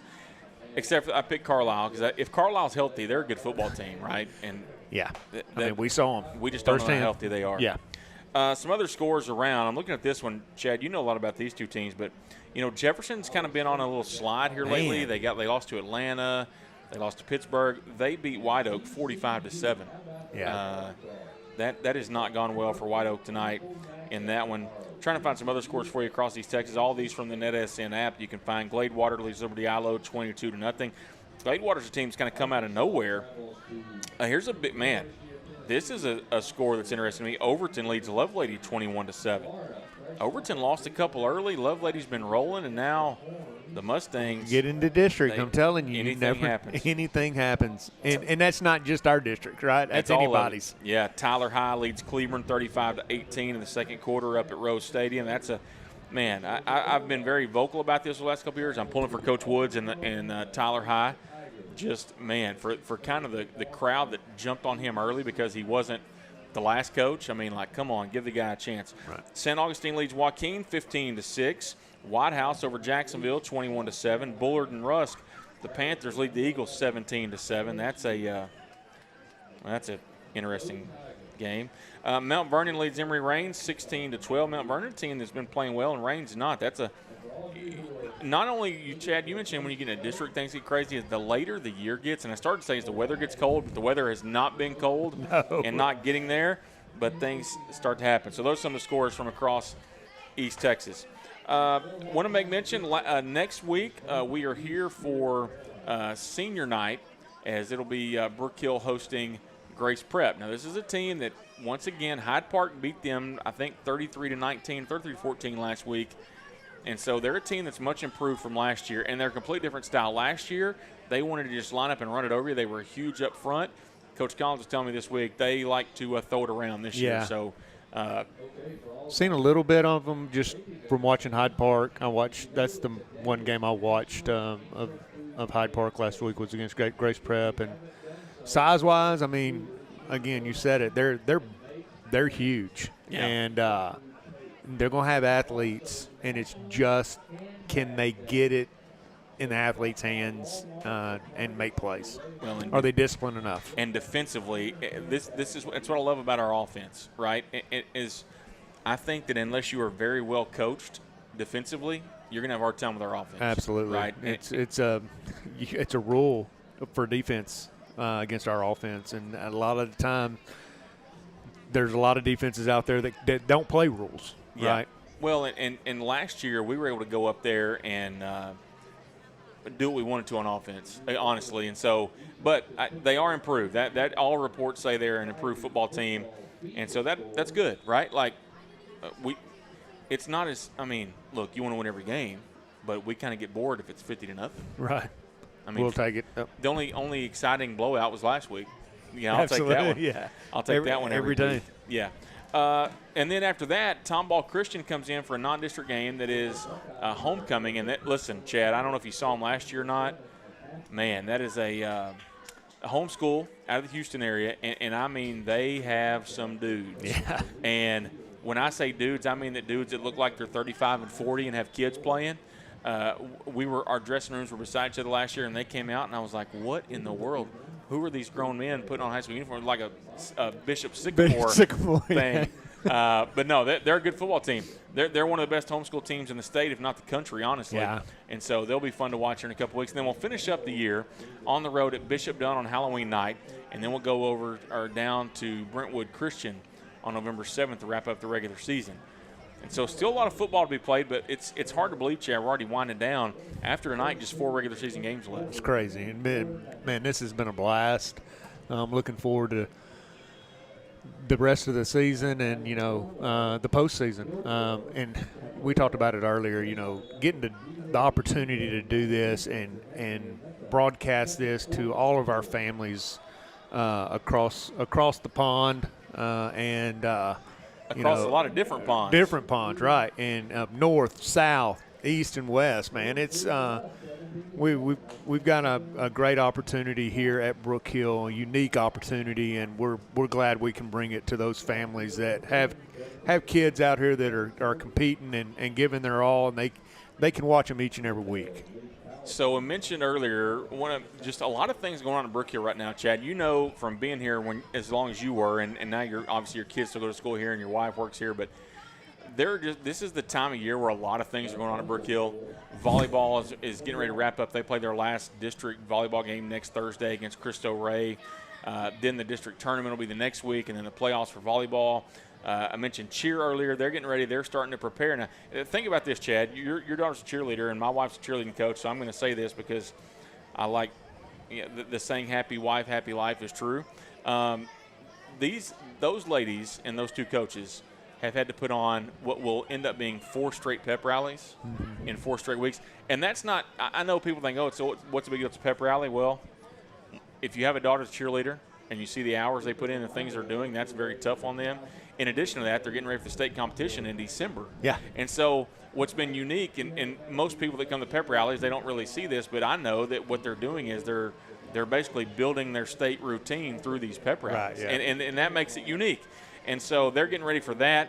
Basketball and soccer, They start, 2 weeks? We start on October 22nd. So it was a week. It was 2 weeks from this past Wednesday. So, I mean, I'm what's today, the 10th? I'm 12 days away from practice, which I'm excited about. It's going to be a great year for the basketball teams. Great year for the soccer teams. Of course, the boys, 2-time defending state champions. When we were talking earlier, we're going to have something new this year on NETSN with basketball, yeah, right? I'm pumped. I don't want to let the cat completely out of the bag yet, but just be watching for something that Brett and I have been talking about. I'm pretty pumped about potentially doing some different things. Be good here in the winter. And, of course, NETSN has been so good to Brook Hill and a lot of different areas. I know that, Chad, you and I, we haven't really talked details about this, but we're going to make it work to where NETSN is going to cover volleyball playoff games when that happens, soccer playoff games, basketball games, all this kind of stuff that we're going to be able to cover when the year starts here on NETSN, and we appreciate Brett for being willing to do that. And a lot of other people. Other thing that came out this week, and I'm a part of it, so I kind of feel bad pumping this up, Chad, but I'm going to. This past summer, Braxton Brady and Travis Albee and I sat down and had a conversation about starting a Brook Hill podcast. And the reason why would be to kind of feature some of our people. And so we said, let's try it and let's see what happens. And we were able to film a couple episodes a few weeks ago and had founder of Brook Hill, Steve DeMint, on, and it released yesterday. And I think for people who have known Steve and know the story of Brook Hill, it was a great thing to watch. Tell people who didn't know it, I can't imagine what they thought. But that released, and man, it's been a great hit, Chad, and it's not because of me, and I don't want anybody to think that.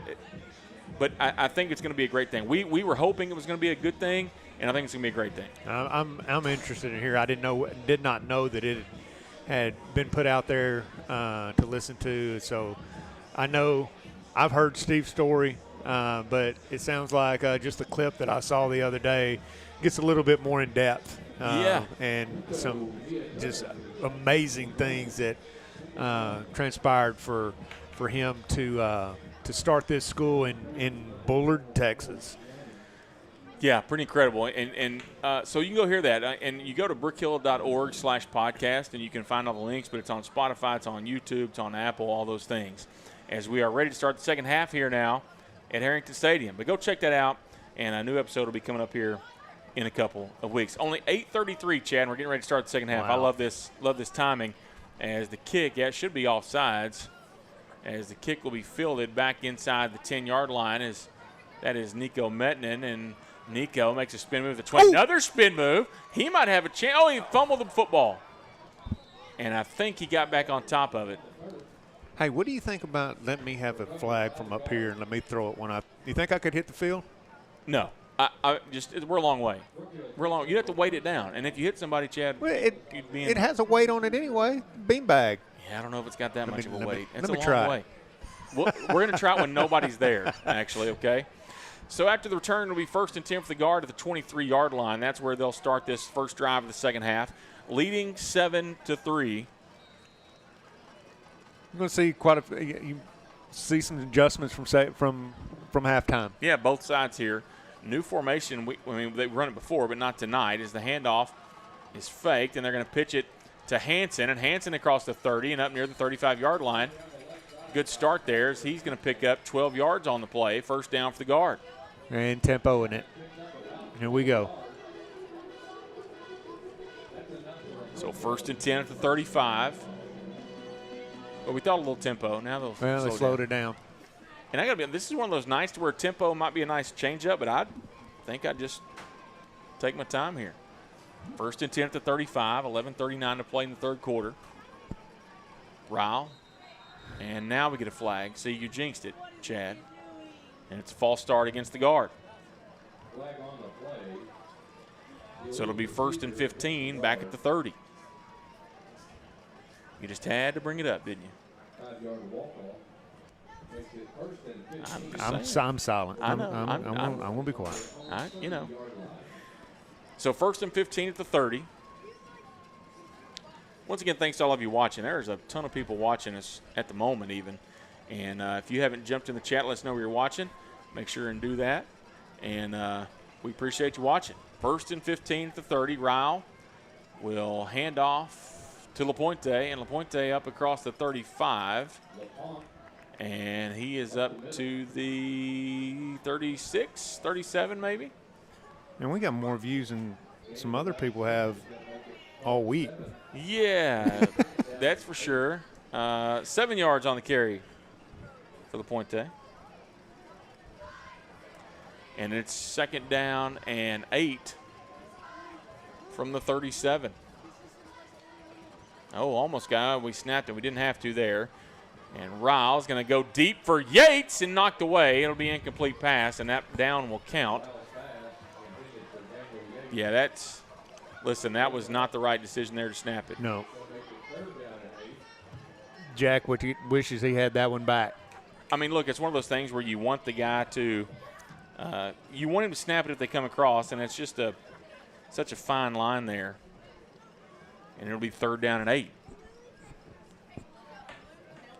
So 7-3 the Guard lead here. 10:58 to play in the 3rd quarter.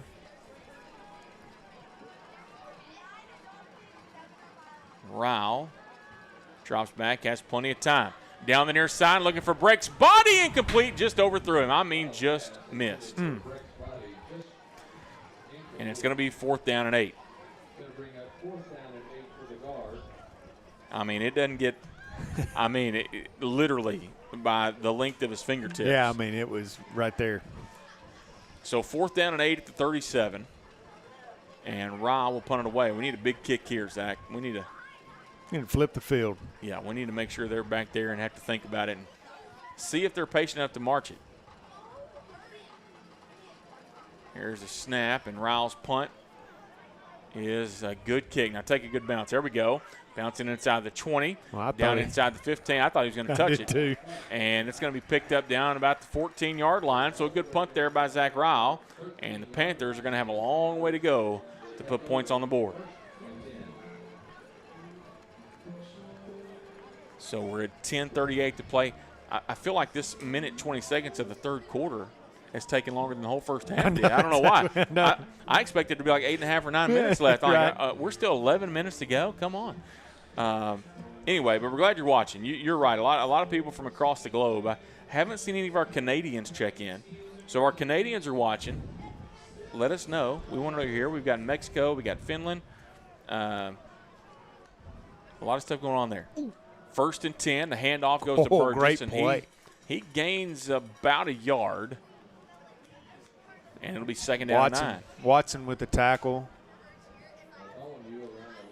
We have not seen Burgess carry it until now. And you got to give a different look at some point, right? Yeah, I mean, you've got to try to switch something up. Again, that's probably one of their adjustments at half. They'll come back out and run that. Yeah, that double stack. Just to say they're going to line up to.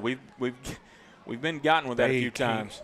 They can't get a snap to him. Yeah, I'm telling you, Eli Hall smokes Burgess in the backfield. I don't think Moffitt meant to keep that. No, he did. But I think he did because of how fast Eli Hall was in the backfield. And it's a gain of 2. It'll be 3rd down and 7. It looked like it hit off his face mask. So I don't know if he's just not – he for sure didn't catch the snap clean. Bobbled it around. He had to take it. He had to tuck it and run. So 3rd down and 7 at the 16, excuse me.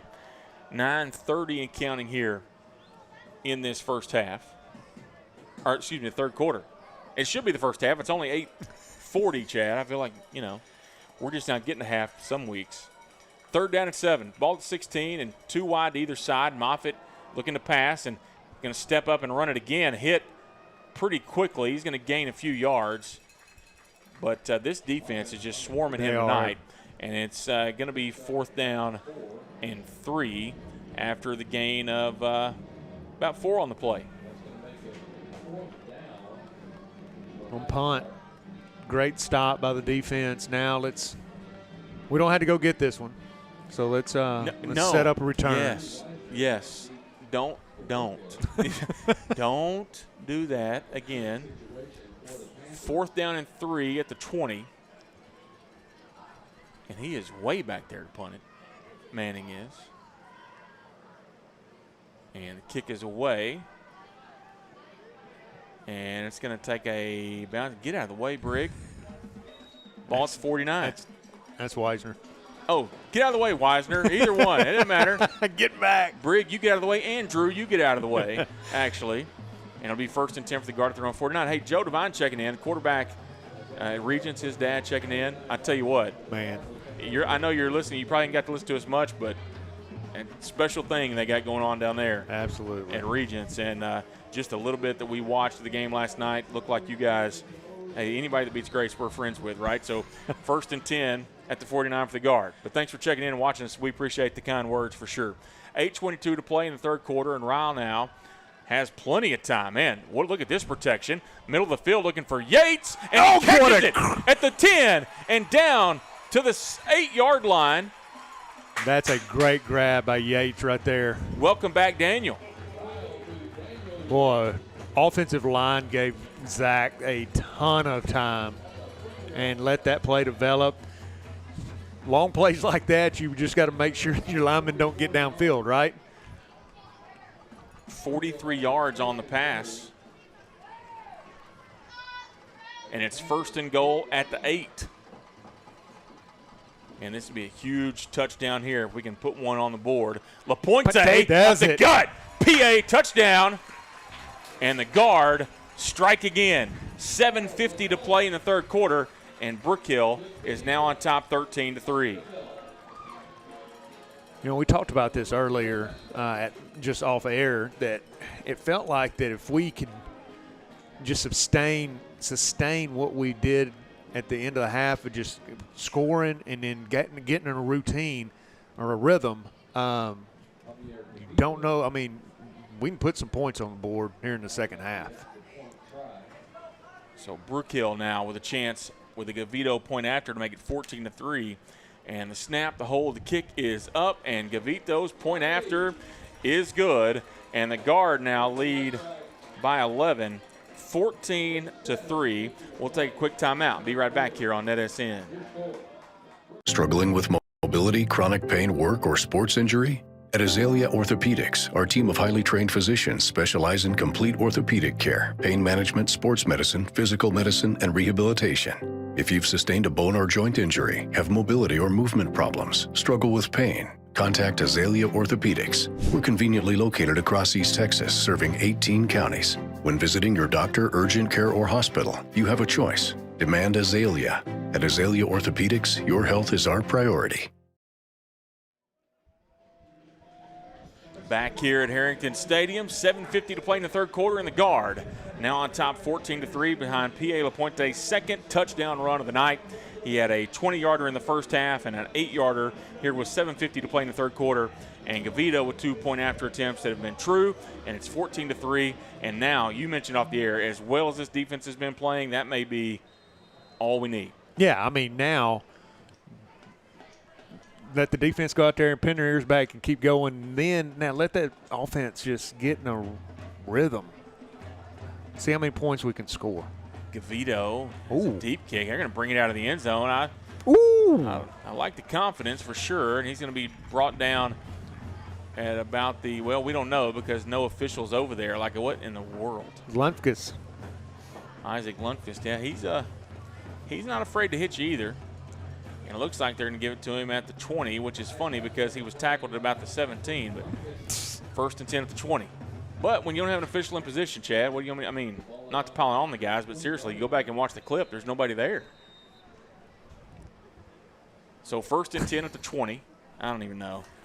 I'm going to get a phone call from Brett Sweeney. We've had that conversation on the sidelines, haven't we? Oh, I tell them about it usually, yeah. Doesn't usually go as well, though. 1st and 10, and the handoff to Bartholomew off the left side, and he's got a crease, and he's up across the 30, and he's going to have a 1st down. Nice run by Bartholomew. We've really done a good job with him tonight, and he picks up 13 on that play. Well, there's a read give right there. Quarterback was reading the defensive end, and we just ran right by the running back. Gain of 13. Now quickly they're going to pass it over to, I think that's Manning. Who is that, Chad? That may be Burgess. And let's see. That is Burgess, and that's a 67-yard touchdown pass. So I guess the joke's on us for saying that was all we're going to need. They're not going to lay down, I promise you that. And a 67-yarder for Burgess. That's that play right there. They just snap it, get it out there quick, and just like we talk about all the time. It's just a quick. It's a sweep out wide, and you catch it and just let the receiver make moves and get upfield, and that's what he did right there. So Manning now, the holder is Hart. Noah Manning set the kick. The point after is up, and it is good. And the new score, 7:18 to play in the 3rd quarter. Brook Hill 14, Hyde Park 10. We'll take a timeout and be right back. The Friday night lights are shining, and we are teaching driving. CDL Training Academy is your resource to a better career. Come and get trained and get tested right here in Henderson, Texas. CDL Training Academy. Visit our Henderson, Texas office or online at cdllearn.com.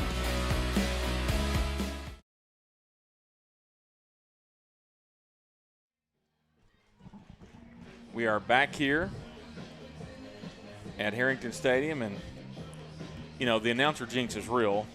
It never happened to me, but now it did.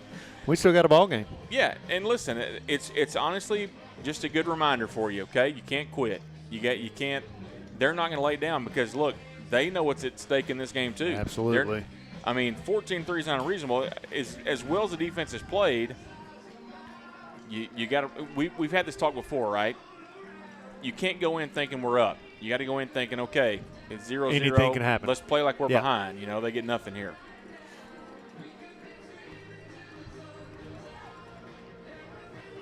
Offense needs to go out and answer it right here. See if we can get a good return, set us up in good field position. It's new tonight to see Mettinen back deep for us on the kick return.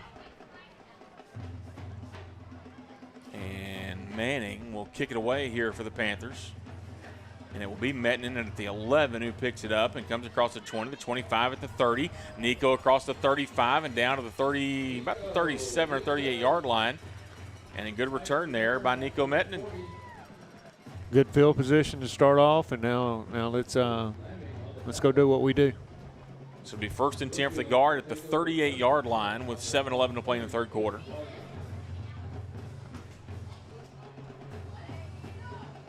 And what will we see here? This is,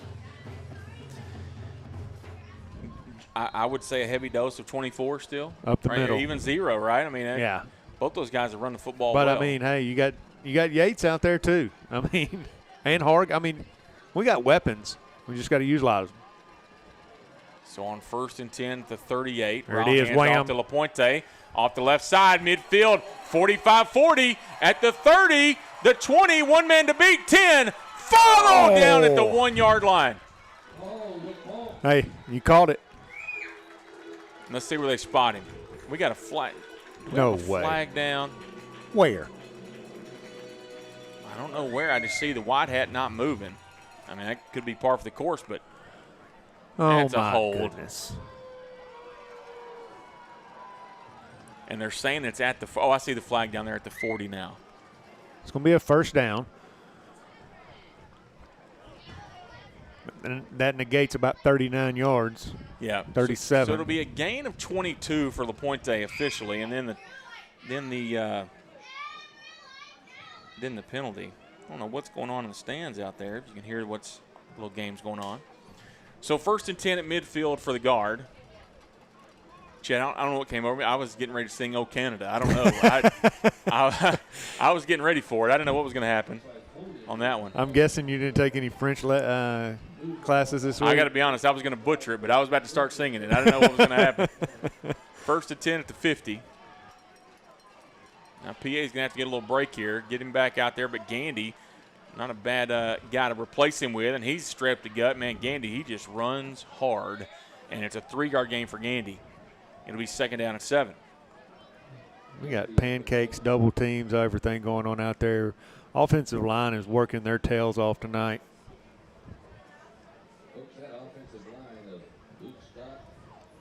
And ironically, there goes Coach Dawkins on the PA tongue pulling up. I mean, hey man, it's like we know what we're talking about sometimes.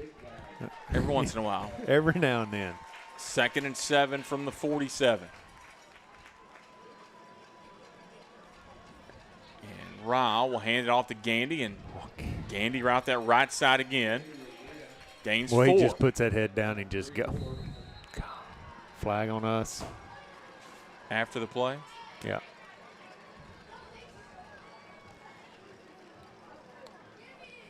So it'll be a 4-yard gain for Gandy, and then the penalty afterwards. I'm not going to comment. It looks like he's looking for things now. Yeah, no, because we've been on him. Yeah, they heard it. They were watching NETSN at halftime. But, here's the thing. Here's what happens, Chad, is they probably did have a conversation about the fact they've lost control of the game a little bit. And so when that happens, they're going to come in and start calling it tighter. And so I didn't see what he did. You saw it. I don't know if it's worth 15 yards or not, but they said it was. And there's 5:53 and counting to play in the third quarter, and it's going to be 3rd down and 18 here for the guard. Some stuff like that, though, lets a close game like that just stuff happen that shouldn't. That's a face mask. There's the pressure, and Ryle is finally going to be brought down. Let's see where they bring him down at.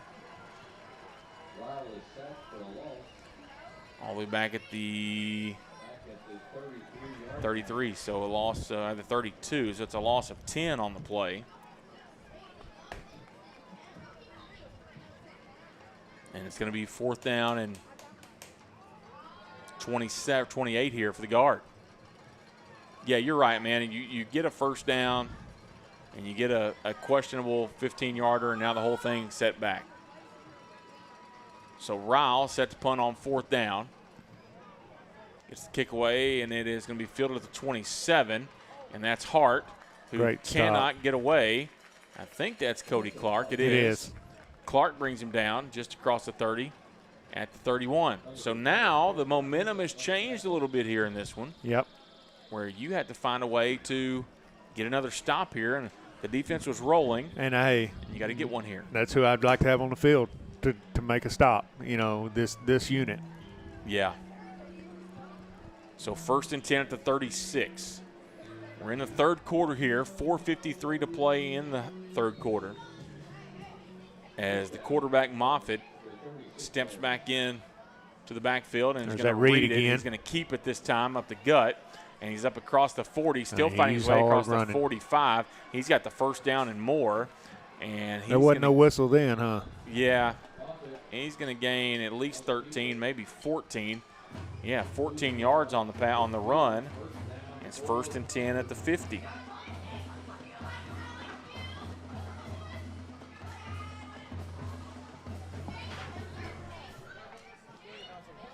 So 1st and 10 at the 50. Moffitt hands off to Bartholomew off the right side. And that's a great job by Mettinen coming up from the safety. Yeah, Luke Scott, Casper Hansen. Gain of 2 for Bartholomew. And listen, he is, I want to say now that's 10 carries for 25 yards. If you'd have told me that going in, I think the coaches would have been very happy with that. As quickly they give it back to Bartholomew off the left side, and he's across the 45 to the 40 and down to the 37-yard line. So a gain of 11 now for Bartholomew.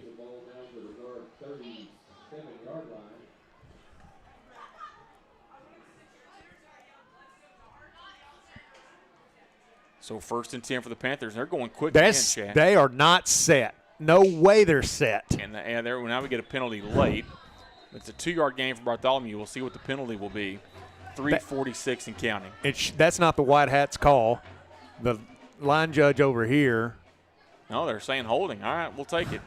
It should have never been holding. Yeah, that's. You got 2 receivers out here. Both of them are moving when they snap the football. So it's a gain of 2, but it's going to be negated.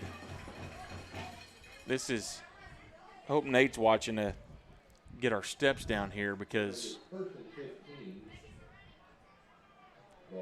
I'm not even sure how we got a 5-yard penalty there.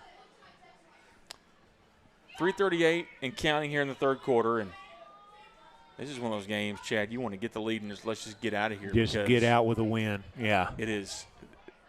A number of things have just gotten progressively worse as we've gone throughout the night. And again, not at the fault of the kids, a game can be changed. Yeah. Yeah, now they're fixed. Okay, thank you. Yeah, there's no 5-yard holding penalty in football. Now it's only a 7. No, that's actually the right call. They gained 2, and it should have been right. Should have been I'm on board with that one.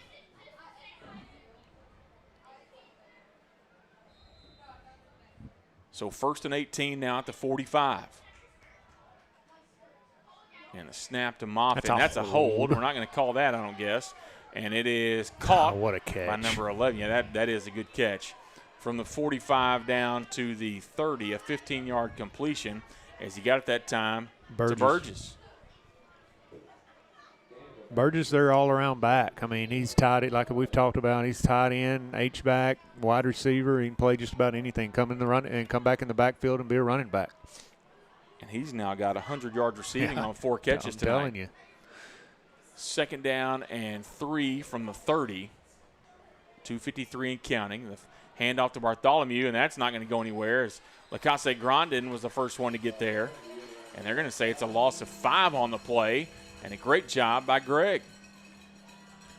Well, he played Sidney a big, Rouleau there also. Yeah, Greg had a great week, great game last week, and he's still doing his thing.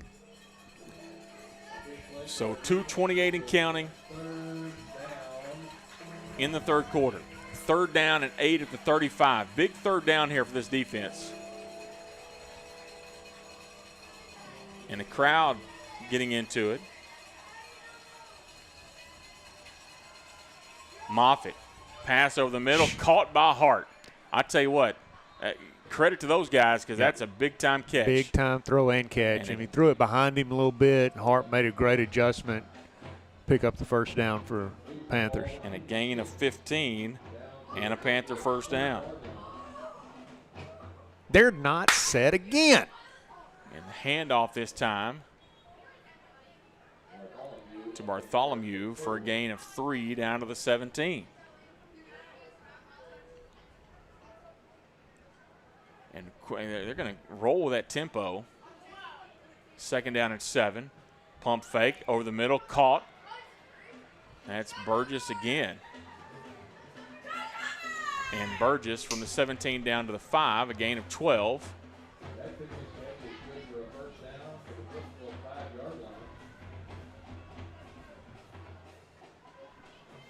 And now Moffitt. What is that busted? Yeah, that was not what it was and supposed it's gonna to be. be He's going to get 4 on the carry. Down to the 1. Clock at 1:16 and counting, and it looks disorganized for those guys. Gosh. Right? Like that last catch was not Burgess, Chad. I think it was 18 Masters we saw on that last catch. Across the middle. Yeah. We haven't seen him tonight, but he was a guy to look out for in this one. 2nd down and goal from the 1 as we're under a minute to play now. 54 seconds and counting. 14-10. The guard lead. The Panthers. They were widening them out. And the handoff to Bartholomew. Excuse, that's Burgess, and Burgess is going to go into the end zone for the touchdown. And the Panthers have taken their first lead. 16-14.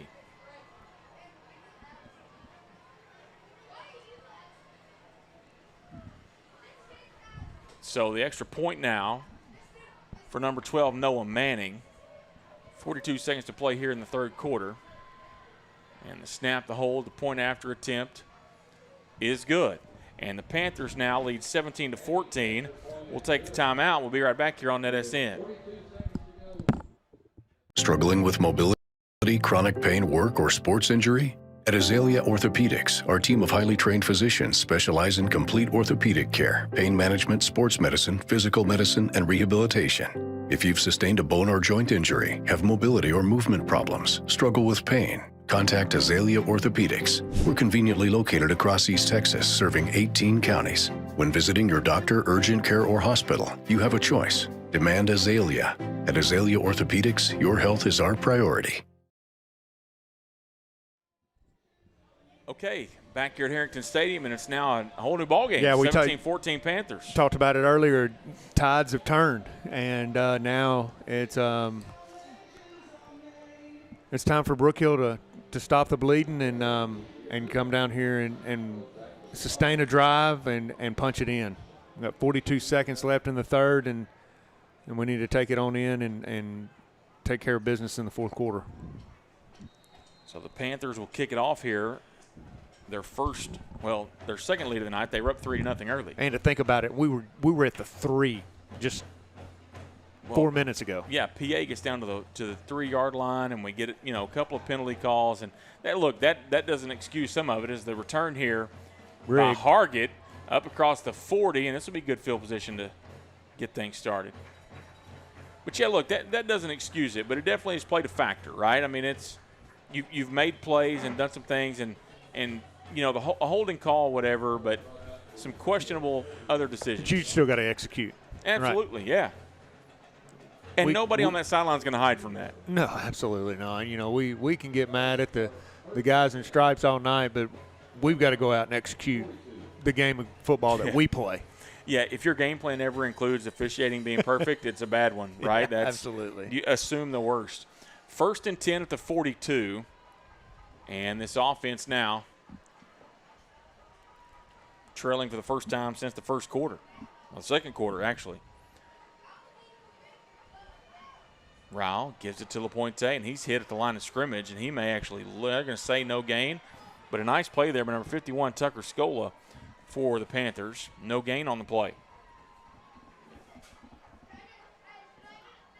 And look, as much as it's important for us to slow down Bartholomew, they have to stop LaPointe, right. And that's really the first time they have tonight. You know, it's been a couple of yards at a time as the clock is at 9 seconds of counting to play in the third quarter. I think Brook Hill will snap it one more time. Let's see. It's down to 4, 3, 2. Yeah, Ryle's going to snap it with 1 second. Fakes the handoff, now passes to Schluter on the near side. Schluter up across the 40 to the 45, makes one-man miss and goes out of bounds at the 45. And it will be a gain of just about 3 on the play. And that'll be the end of the third quarter. And Brook Hill trails by 3 at home to the Panthers. We'll take a timeout. We'll be right back. When you talk about Brook Hill Athletics, you're talking about a program that gives you the whole package. At Brook Hill, we are very competitive athletically. In fact, we've won 14 state championships in the last 11 years. We have state-of-the-art athletic facilities, and with our new turf training field, we're once again proving our commitment to providing quality athletic venues. We have 20 coaches at Brook Hill who are full-time employees. What that means is they're here all day, every day, investing in the lives of your student athlete by mentoring, being advisors, and preparing them for college. These coaches will also form lifelong relationships with their players. Our coaches are not only committed to getting each athlete ready to go to college, they're also committed to getting these athletes ready to play at the next level. And now, by partnering with APEC, our athletes, male and female, are being trained by some of the best coaches in the world. You know, I've been involved in athletics for a long time, and I know what a winner looks like. If you want to win on the field and off, then you need to consider becoming a student at Brook Hill. Remember, Brook Hill Athletics will change your life. Come join the team.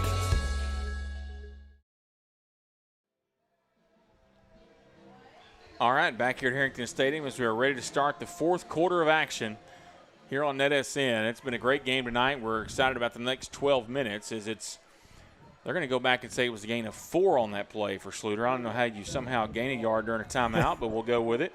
And it'll be 3rd down and 6 here for the guard. Rao, quick pass over to Body, and they're going to say he caught it, but for no gain. And it's 4th down and 6.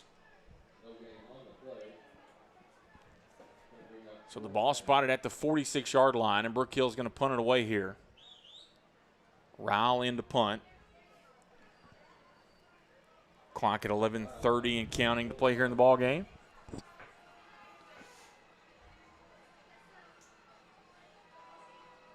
Rowell gets the kick away. It's a good kick.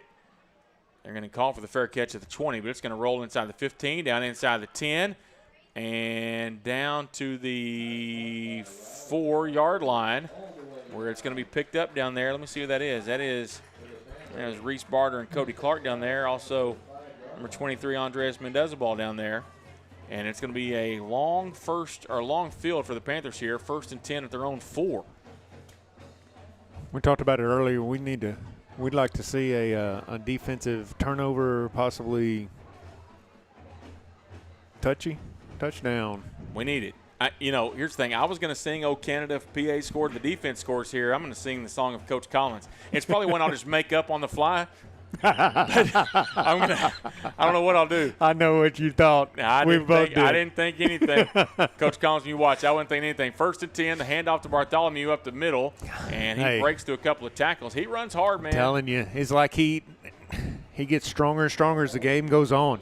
We bottled him up all the first half, and now he is he's gotten us a couple times. Yeah, 10 yards on 8 carries in the first half. He's got 7 carries for 34 yards in the second, so close to 5 yards a carry here in the second half. Second down and 2 from the 12. And you're going to see Hyde Park just milk this clock for all they can here. 10:36 and counting to play in the game. Moffitt with Bartholomew in the backfield. They move Burgess, and Burgess is the guy, man. He's the one you got to watch out for. And the handoff goes to Bartholomew, and he's off the left side. Breaks another tackle. I mean, this guy, you know, he's only going to gain a yard there, but it could have been a 1-yard loss. Right. It's again, we talk about with PA, you can't just grab him or hit him. You got to wrap him up.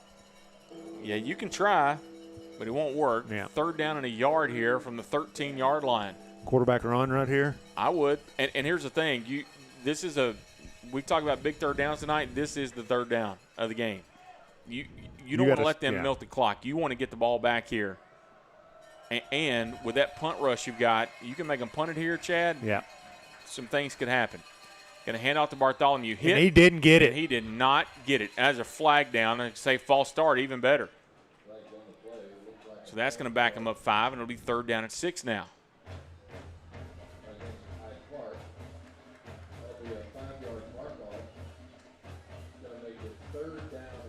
Coach Collins they throw it out there quick now. I mean, that's something that they've had all night. Well, you know, you've seen them put Burgess out of the backfield or Bartholomew and throw it to him out there in the flat to the trip receiver side. If they get in trips with one back, I would expect that's what you're going to see. Let's see here on third down and 6 from the 8-yard line what we're going to get. And you're right, man, that poor quarterback, he has run 3 miles tonight, taking the plays back and forth from the sideline. Remember the days when they used to send it in with the receivers? Yeah, that's what I'd be doing. The quarterback, I'm begging. Here we go. Traditional formation. They're going to hand it to Burgess out of the back. Nope, he's quarterback keep run. It up the middle, and he is going to have the first down. I thought they were going to run that with 3rd and 1, but they ran it with 3rd and 6 and picked it up. A gain of 8 for Moffitt. I mean, but you got to respect, you got to honor Burgess out of the backfield right there too. I mean, I'm telling you, he's the guy that I'd be interested to know. I want to talk to coaches after this and just ask them what they thought of 11 going in, because we knew about a lot of guys on this offense. Burgess was not really the guy that we expected to play the role that he has tonight. Right. 1st and 10 from the 16.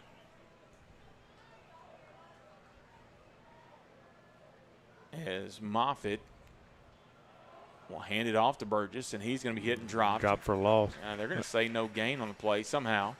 Loss of 1. Well, the near guy, the near guy says he lost a yard. And here's the thing: he's hurt you tonight. That's only his 3rd carry for 1 yard rushing, but it's the 100 yards receiving that he's had. That's been the problem. And just the way they move him around, the way they use him, Chad. I mean, he does have a 1 yard touchdown run. It's not like it's been an empty 3 yards. He's off the field right now, so. Okay. Take advantage of that. Bartholomew. 2nd 11 to 15. Yeah, we never thought we'd be happy to see Bartholomew back there instead of Burgess. But Bartholomew now has 16 carries for 45 yards. It has not been a lot for him in the run game. And this time, Moffitt's going to keep it again. And he's going to gain a yard or 2. And look, talking to Coach Collins this week, he said this: we're going to have to tackle these guys. Yep. And you can see by the way it's gone, especially if you go back and watch it, they have really focused in on Bartholomew. They are not going to let him beat them. And the quarterback, to his credit, has taken advantage of that tonight, as has Burgess. I mean, they've done what they needed to do as well. That's what I tell people. Both teams work all week, you know. Like both teams practice and watch film.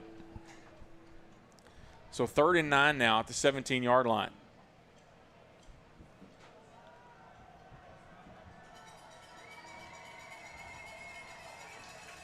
It's Bartholomew to the right of Moffitt in the shotgun. Burgess is not on the field. They're going to call a timeout. Yeah, timeout taken by the Panthers. 7:07 to play in the ball game. They lead by 3. We'll take the timeout. We'll be right back here on NETSN. The Friday night lights are shining, and we are teaching driving. CDL Training Academy is your resource to a better career. Come and get trained and get tested right here in Henderson, Texas. CDL Training Academy. Visit our Henderson, Texas office or online at cdllearn.com.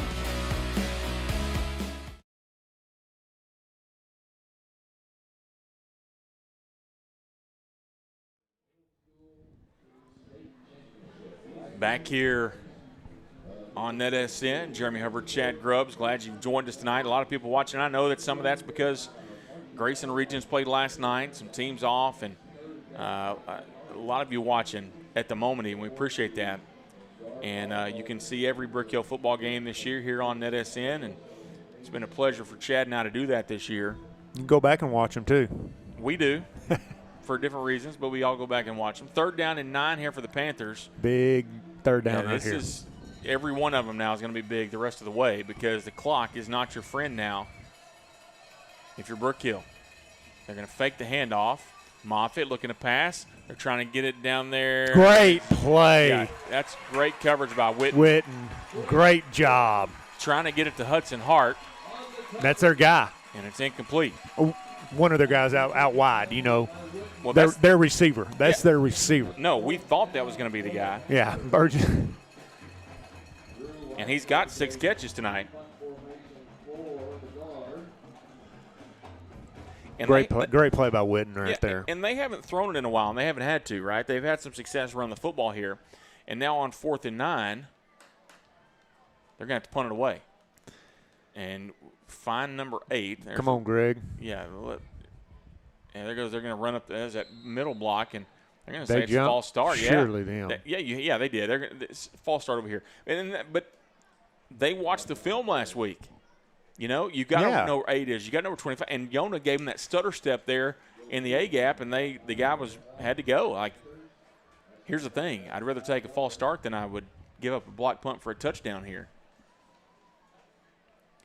So it's 4th down and 14 now. Ball back at the 12. And now this field shrinks a little more. And you get. Yeah, they're accounting for him. Absolutely, they see. They are. And now maybe you watch this backside. They're going to bring them both. Ooh. And Sydney almost got that one. It's a high punt that bounced at the 45. And near midfield, get out of the way. I thought Sid blocked it. He just missed it. I mean, here's the thing. You found 8, you found 25, and you forgot about 72, the biggest guy on the field, and he almost got a block. Okay, so 6:49 to play. You have to assume at this point this could be your last drive, and you got to get points here. Yeah. Real quick, want to make sure in the chat, Andres Mendez-Ball, number 23 for the guard. Happy birthday to Andreas. Andreas, happy birthday. In here. His family watching from Guatemala and El Salvador. Happy birthday for Andreas. Also want to make mention of this. Friend of the program here on NETSN, Brandon Ogden, turned 41 today. It's his dirt year, he said. So happy birthday to Brandon Ogden. 1st and 10 for the guard. Witten in motion as Ryle will take it and hand off to PA off the left side across midfield. Goodness. And PA will gain just about 4 yards down to the Panther 48. I mean, when that play starts, you think he's tackled for a loss of 2, and he ends up with 4. Well, by 5. you, if you mean them, we know better. Right. That you're going to have to work a little harder than that to tackle him. He's not going to go down early. 2nd down and 6 from the Panther 48. Clock at 6:20 and counting. Ryle now looking to pass. Has time. Looking down the near sideline, and it is almost intercepted, honestly. They were trying to get to PA. And, look, that's the play we've seen a lot from them, where you watch Yates, you watch Schluter down the middle, and you had PA going down the seam. Yeah, we hit it a couple weeks ago, and they had that one coached up pretty good. Yeah, that was the one touchdown big play at Regents was to PA. And then had a chance at it last week and couldn't complete the pass. So 3rd down and 6 at the Panther 48.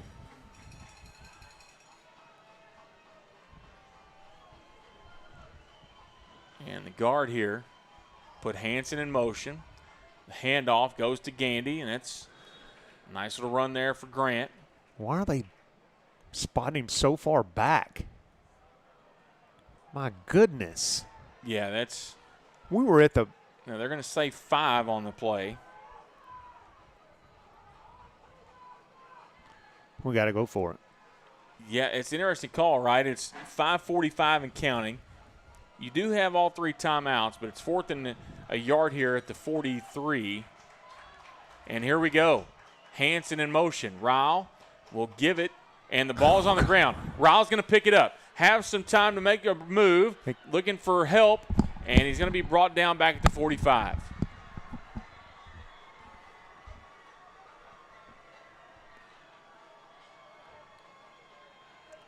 And a loss of 12 on the play, and it's a turnover on downs. Hyde Park will have it 1st and 10.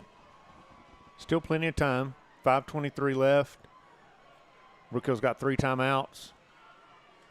You're going to have to take them on the defense right here, I think. You're going to take timeouts to stop the clock because they're going to try to milk it.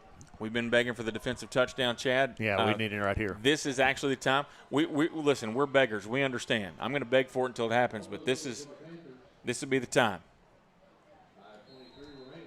5:23 left, 1st and 10 for the Panthers at the Brook Hill 45.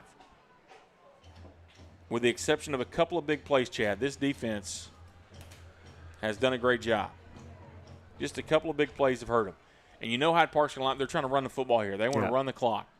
We're going to have the big guys in there, and we're going to try to stuff them and use our timeouts and slow them down a little bit. Bartholomew on the handoff. Counter. On the left side, going to gain about 2. It'll be 2nd down and 8 up to the Brook Hill 43. Like I said, it's 5 minutes. Still 5 minutes in the ball game, and you don't have to use those timeouts right now. I mean, you let your defense do what they can do, and see if you can save them for the offense. 2nd down and 8. Yeah, you do have time here. You're fine, especially if you get a play here. 2nd down and 8. Handoff to Bartholomew. Got him in the back. Yeah, in the backfield. He's going to lose yards. Lacasse Grandin was the first guy to get there that I saw, but also a big Sidney Rouleau in there, and he's going to lose 3 yards. It's going to be 3rd down and 11. That's a big play. Yes. Because you've got him in 3rd and 11, and you haven't had to use a timeout yet. Got to find number 11. Yeah. Well, and this is where they've done a good job tonight of making you think about it, because you really have to account for 3. You got to count for 11. You got to count for 23 because he's still. And 7. Yeah, I mean. Yeah. Okay, well, with that said, watch out for everybody. third down and 11, ball at the 46, 4:10 and counting in the ball game. And a timeout is going to be taken by the Panthers. They almost put a guy in motion that was on the line, by the way. We'll take the timeout with them here. We'll be back here on NETSN. Struggling with mobility, chronic pain, work, or sports injury? At Azalea Orthopedics, our team of highly trained physicians specialize in complete orthopedic care, pain management, sports medicine, physical medicine, and rehabilitation. If you've sustained a bone or joint injury, have mobility or movement problems, struggle with pain, contact Azalea Orthopedics. We're conveniently located across East Texas, serving 18 counties. When visiting your doctor, urgent care, or hospital, you have a choice. Demand Azalea. At Azalea Orthopedics, your health is our priority.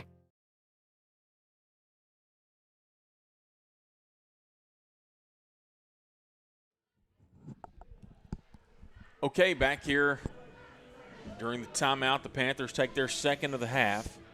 4:04 to play. They lead 17-14. It's 3rd down and 11. Chad, you've been in these huddles. If you're on the offensive huddle, what are you talking about right now? Offensive huddle for Hyde Park? Hyde Park, what are we talking about right now?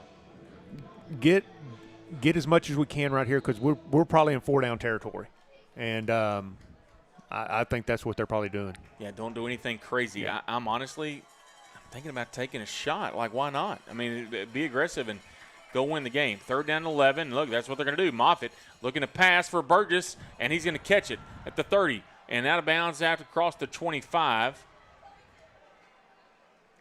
And Burgess down to the 21-yard line. Is he out of the backfield on that one? No, he was the fullback. So a 25-yard gain there for Burgess on the pass play.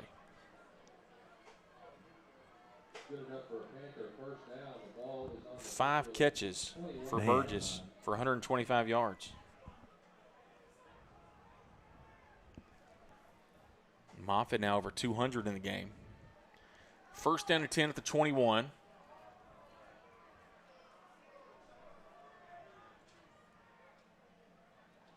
They're going to milk this thing for all they can. Moffitt's going to hand off to Burgess, and he's off the left side, hit by Hayden Watson. And you got to start stripping it. You hitting at the football, clawing at it, getting it out, whatever you can. Yeah, no gain on the play. Second down at 10. 3:40 and counting. Brook Hill does have 3 timeouts left, so they'll have to call them soon. You don't have to do it yet. No. You're getting to the point where it's going to happen here pretty quickly. Second down and 10. And the good news for Brook Hill is number 11 is not out there right now. But Bartholomew is in the backfield. Quarterback. Going to keep it himself and hit by Luke Scott. Nice play after a gain of a yard. Now they're going to say no gain again. Attaboy, Luke Scott.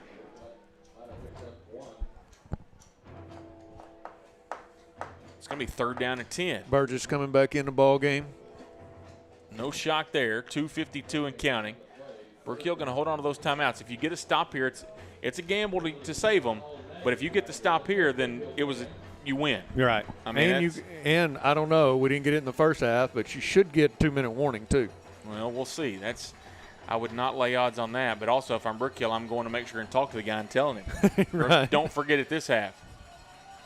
Third down and 10. Big third down here. Fake the handoff, pass over to Hart, and he breaks a tackle. Hart's across the 10. He's got the first down. And he's down to the 8-yard line, a gain of 13.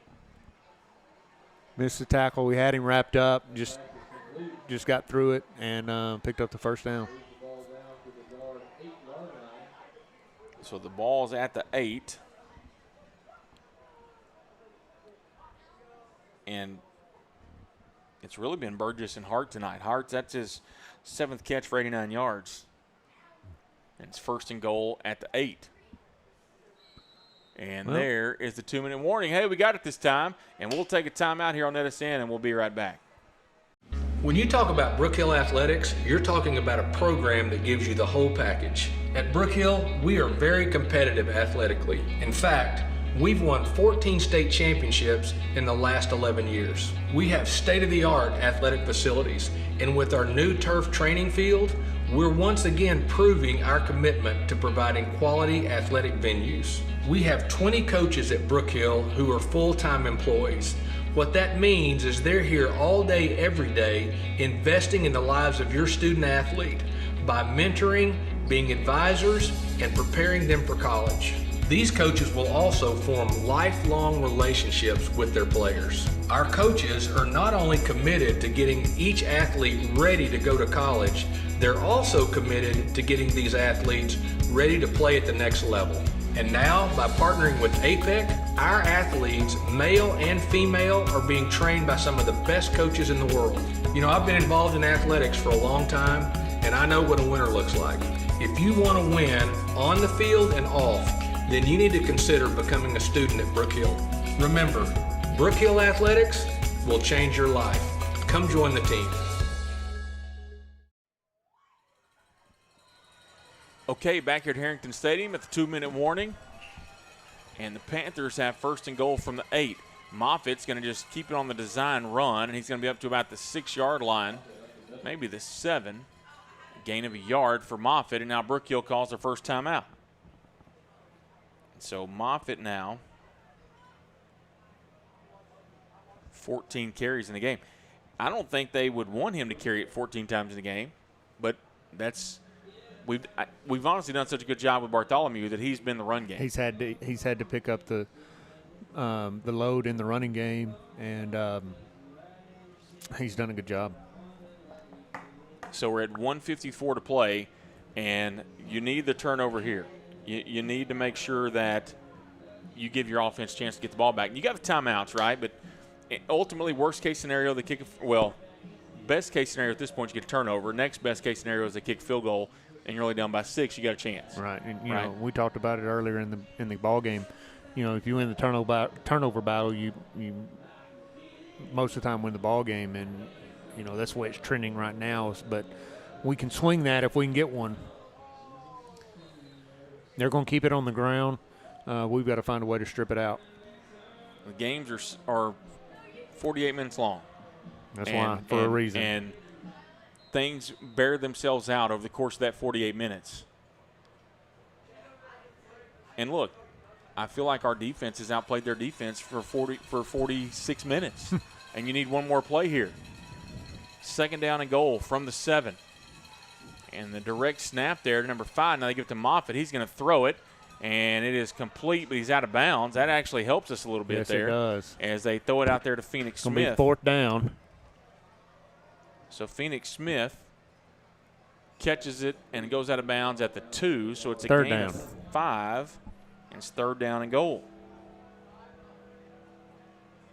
Okay, that was an interesting play call there. They gave the coaches, their Hyde Park coaches, were not wanting him to go out of bounds for sure. Now we'll take it because it saves a timeout. 1:48 to play, 17-14 the score. Moffitt has Burgess to his right, and they're going to give it to Burgess up the middle. And Burgess, let's see, no signal yet. And there it is. He's in. Touchdown for the Panthers. It's a 2-yard touchdown run for Burgess. It's his 2nd of the game. And the Panthers now lead 23-14.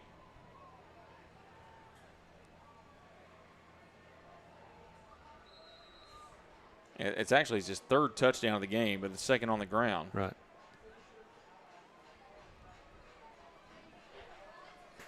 As Manning into attempt to point after. The kick is up. And the point after attempt is good. And so your new score, with 1:39 to play in the ball game, Hyde Park leads Brook Hill 24-14. We'll take a timeout and be right back here on NETSN. Struggling with mobility, chronic pain, work, or sports injury? At Azalea Orthopedics, our team of highly trained physicians specialize in complete orthopedic care, pain management, sports medicine, physical medicine, and rehabilitation. If you've sustained a bone or joint injury, have mobility or movement problems, struggle with pain, contact Azalea Orthopedics. We're conveniently located across East Texas, serving 18 counties. When visiting your doctor, urgent care, or hospital, you have a choice. Demand Azalea. At Azalea Orthopedics, your health is our priority. Okay, back here at Harrington Stadium, where it's a little bit more interesting now. Down by 10, 24-14 with 1:39 left. You have 2 timeouts left. And really, Chad, it just kind of a sour taste in the mouth at how well you played for the most part of the game. And credit to Hyde Park, man. Absolutely. You know, we said going in, this was going to be a playoff caliber football game between 2 playoff football teams, and you have to give them all the credit in the world for what they've done. Yes, sir. They've capitalized on every chance they've gotten, and it's put them in a pretty good spot here with 1:39 left. As a low kickoff will go into the end zone. It'll be a touchback. Guard will have it 1st and 10 to 25.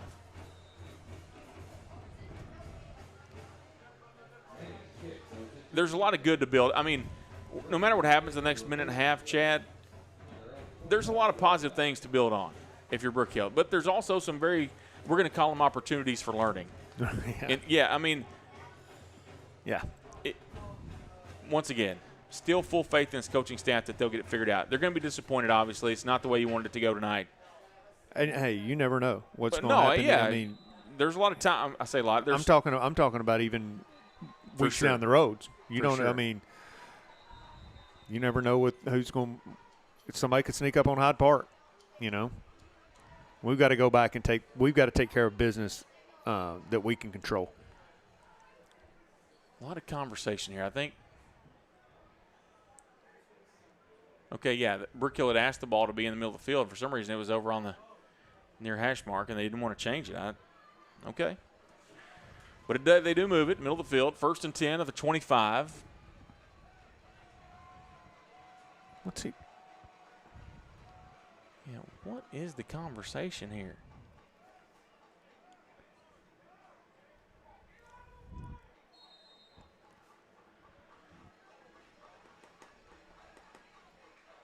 Ryle will take the snap. Looking to pass. Has time. Looking for Yates across the middle, incomplete. It'll be second down and 10.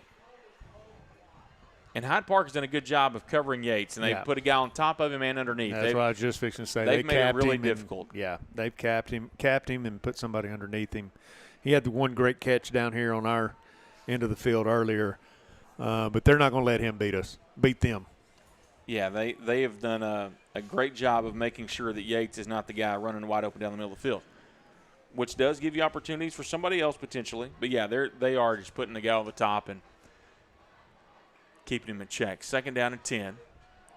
Rao looking to pass. Looking over the middle. Ball tipped away, intended for LaPointe, and it's knocked away. Third down and 10 now.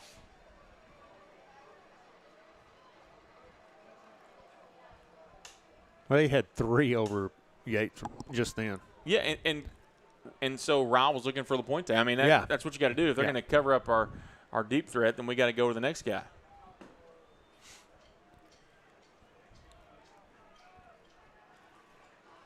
So third down and 10. Oh, here comes the pressure up the middle. Screen pass to LaPointe. Yeah, we got a little room here. PA up across the 40. PA across the 45, makes a move across midfield. And a good job there by PA to pick up about 27 yards down to the Panther 48. Good play call right there. Everybody thinks you're going deep. Get all the yardage on the screen. Rao looking to pass here on first down. And is incomplete, intended for Hansen. It'll be second down 10 at the 49.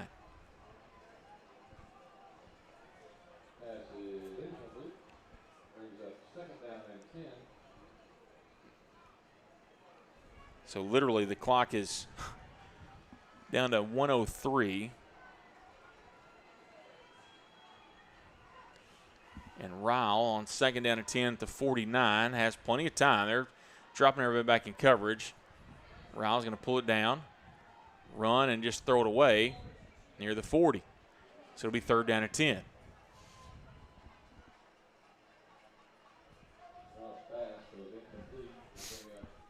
Clock at 55 seconds and counting. So unless a lot happens here in the last 55 seconds, sets up a huge game again here next week against Grace Prep. Yeah. Because that will be 100% for seeding unless, somebody could lose that's not supposed to somebody else. But I think the top 4 are pretty set. Rowell on the screen pass. It's intercepted. And it's picked off by Wyatt Smith. And Smith is at the 25, and Rowell's going to bring him down at the 22. And with 44 seconds to play, the Panthers have the ball back. First and 10 at the Brook Hill 22.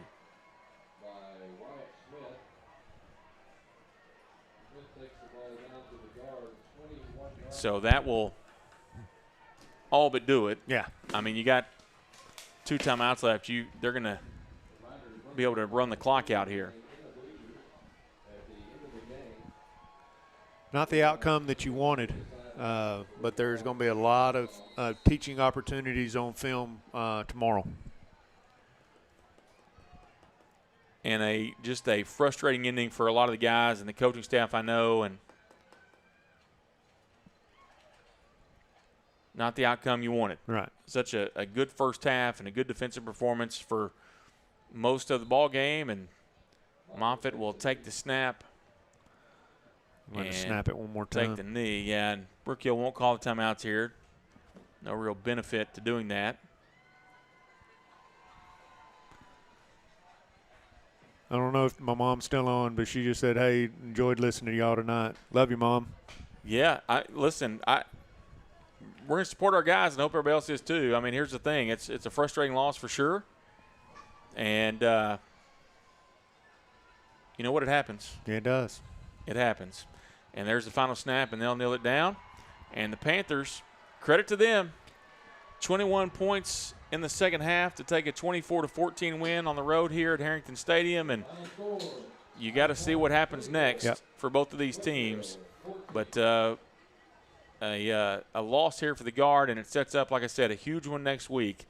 As Grace Prep will come into town next Friday, we'll have the action for you here because those 2 teams now will be playing for 3rd and 4th place, which you may not think that sounds like a lot, but when you look across the other district, it could be a huge thing, and who you get in the first round and where you have to travel to. So we do appreciate all of you watching here tonight on NETSN, and man, as always, it's been a pleasure to bring you the game, and we are super pumped about you guys joining us and what we're able to do here. And they'll regroup, and they'll be back next week here on NETSN. It'll be the Guard and the Grace Prep Lions next Friday night at 7 o'clock here. It'll be senior night here at Brook Hill. For Chad Grubbs, Jeremy Herbert, for Ron Owens on the top with the camera. Appreciate Ron.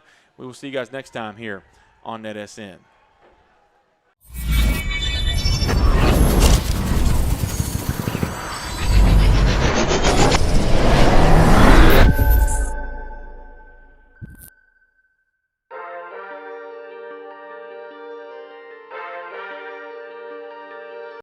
Keeps Williams. Fights through the yards, breaks some tackles. Williams still on his feet. Williams breaks another tackle. Here he goes. He's got some blockers. Sam Williams, he ain't going to catch him. Touchdown, God. 59-yard touchdown run on 3rd and 2 for Sam Williams. Yeah, whoa. They get set early, very quickly here. Play clock down to 3. Dixon gets it off, low snap. Pickram up the middle, and there he goes. Pickram into the secondary. Pickram is going to go. He is gone. Touchdown. Macho steps up in the pocket, and he gets away from one tackler, avoids another tackler, tries to run. He's still on his feet. Camacho's still on his feet. He's still running. Camacho, goodness gracious, he's still going. Camacho, is he going to score? Wow. Touchdown. Quick pass. Bork adjusts and intercepted, and he caught it. He's coming back. He's coming back. He's going all the way. Oh, my God. No, It's Taylor. Just let him go. Just let him go. And a pick six. Kind of stalled him out here. Brisbane got Stewart with a little. Oh, he ran over the defender. The helmet coming off. Holy man.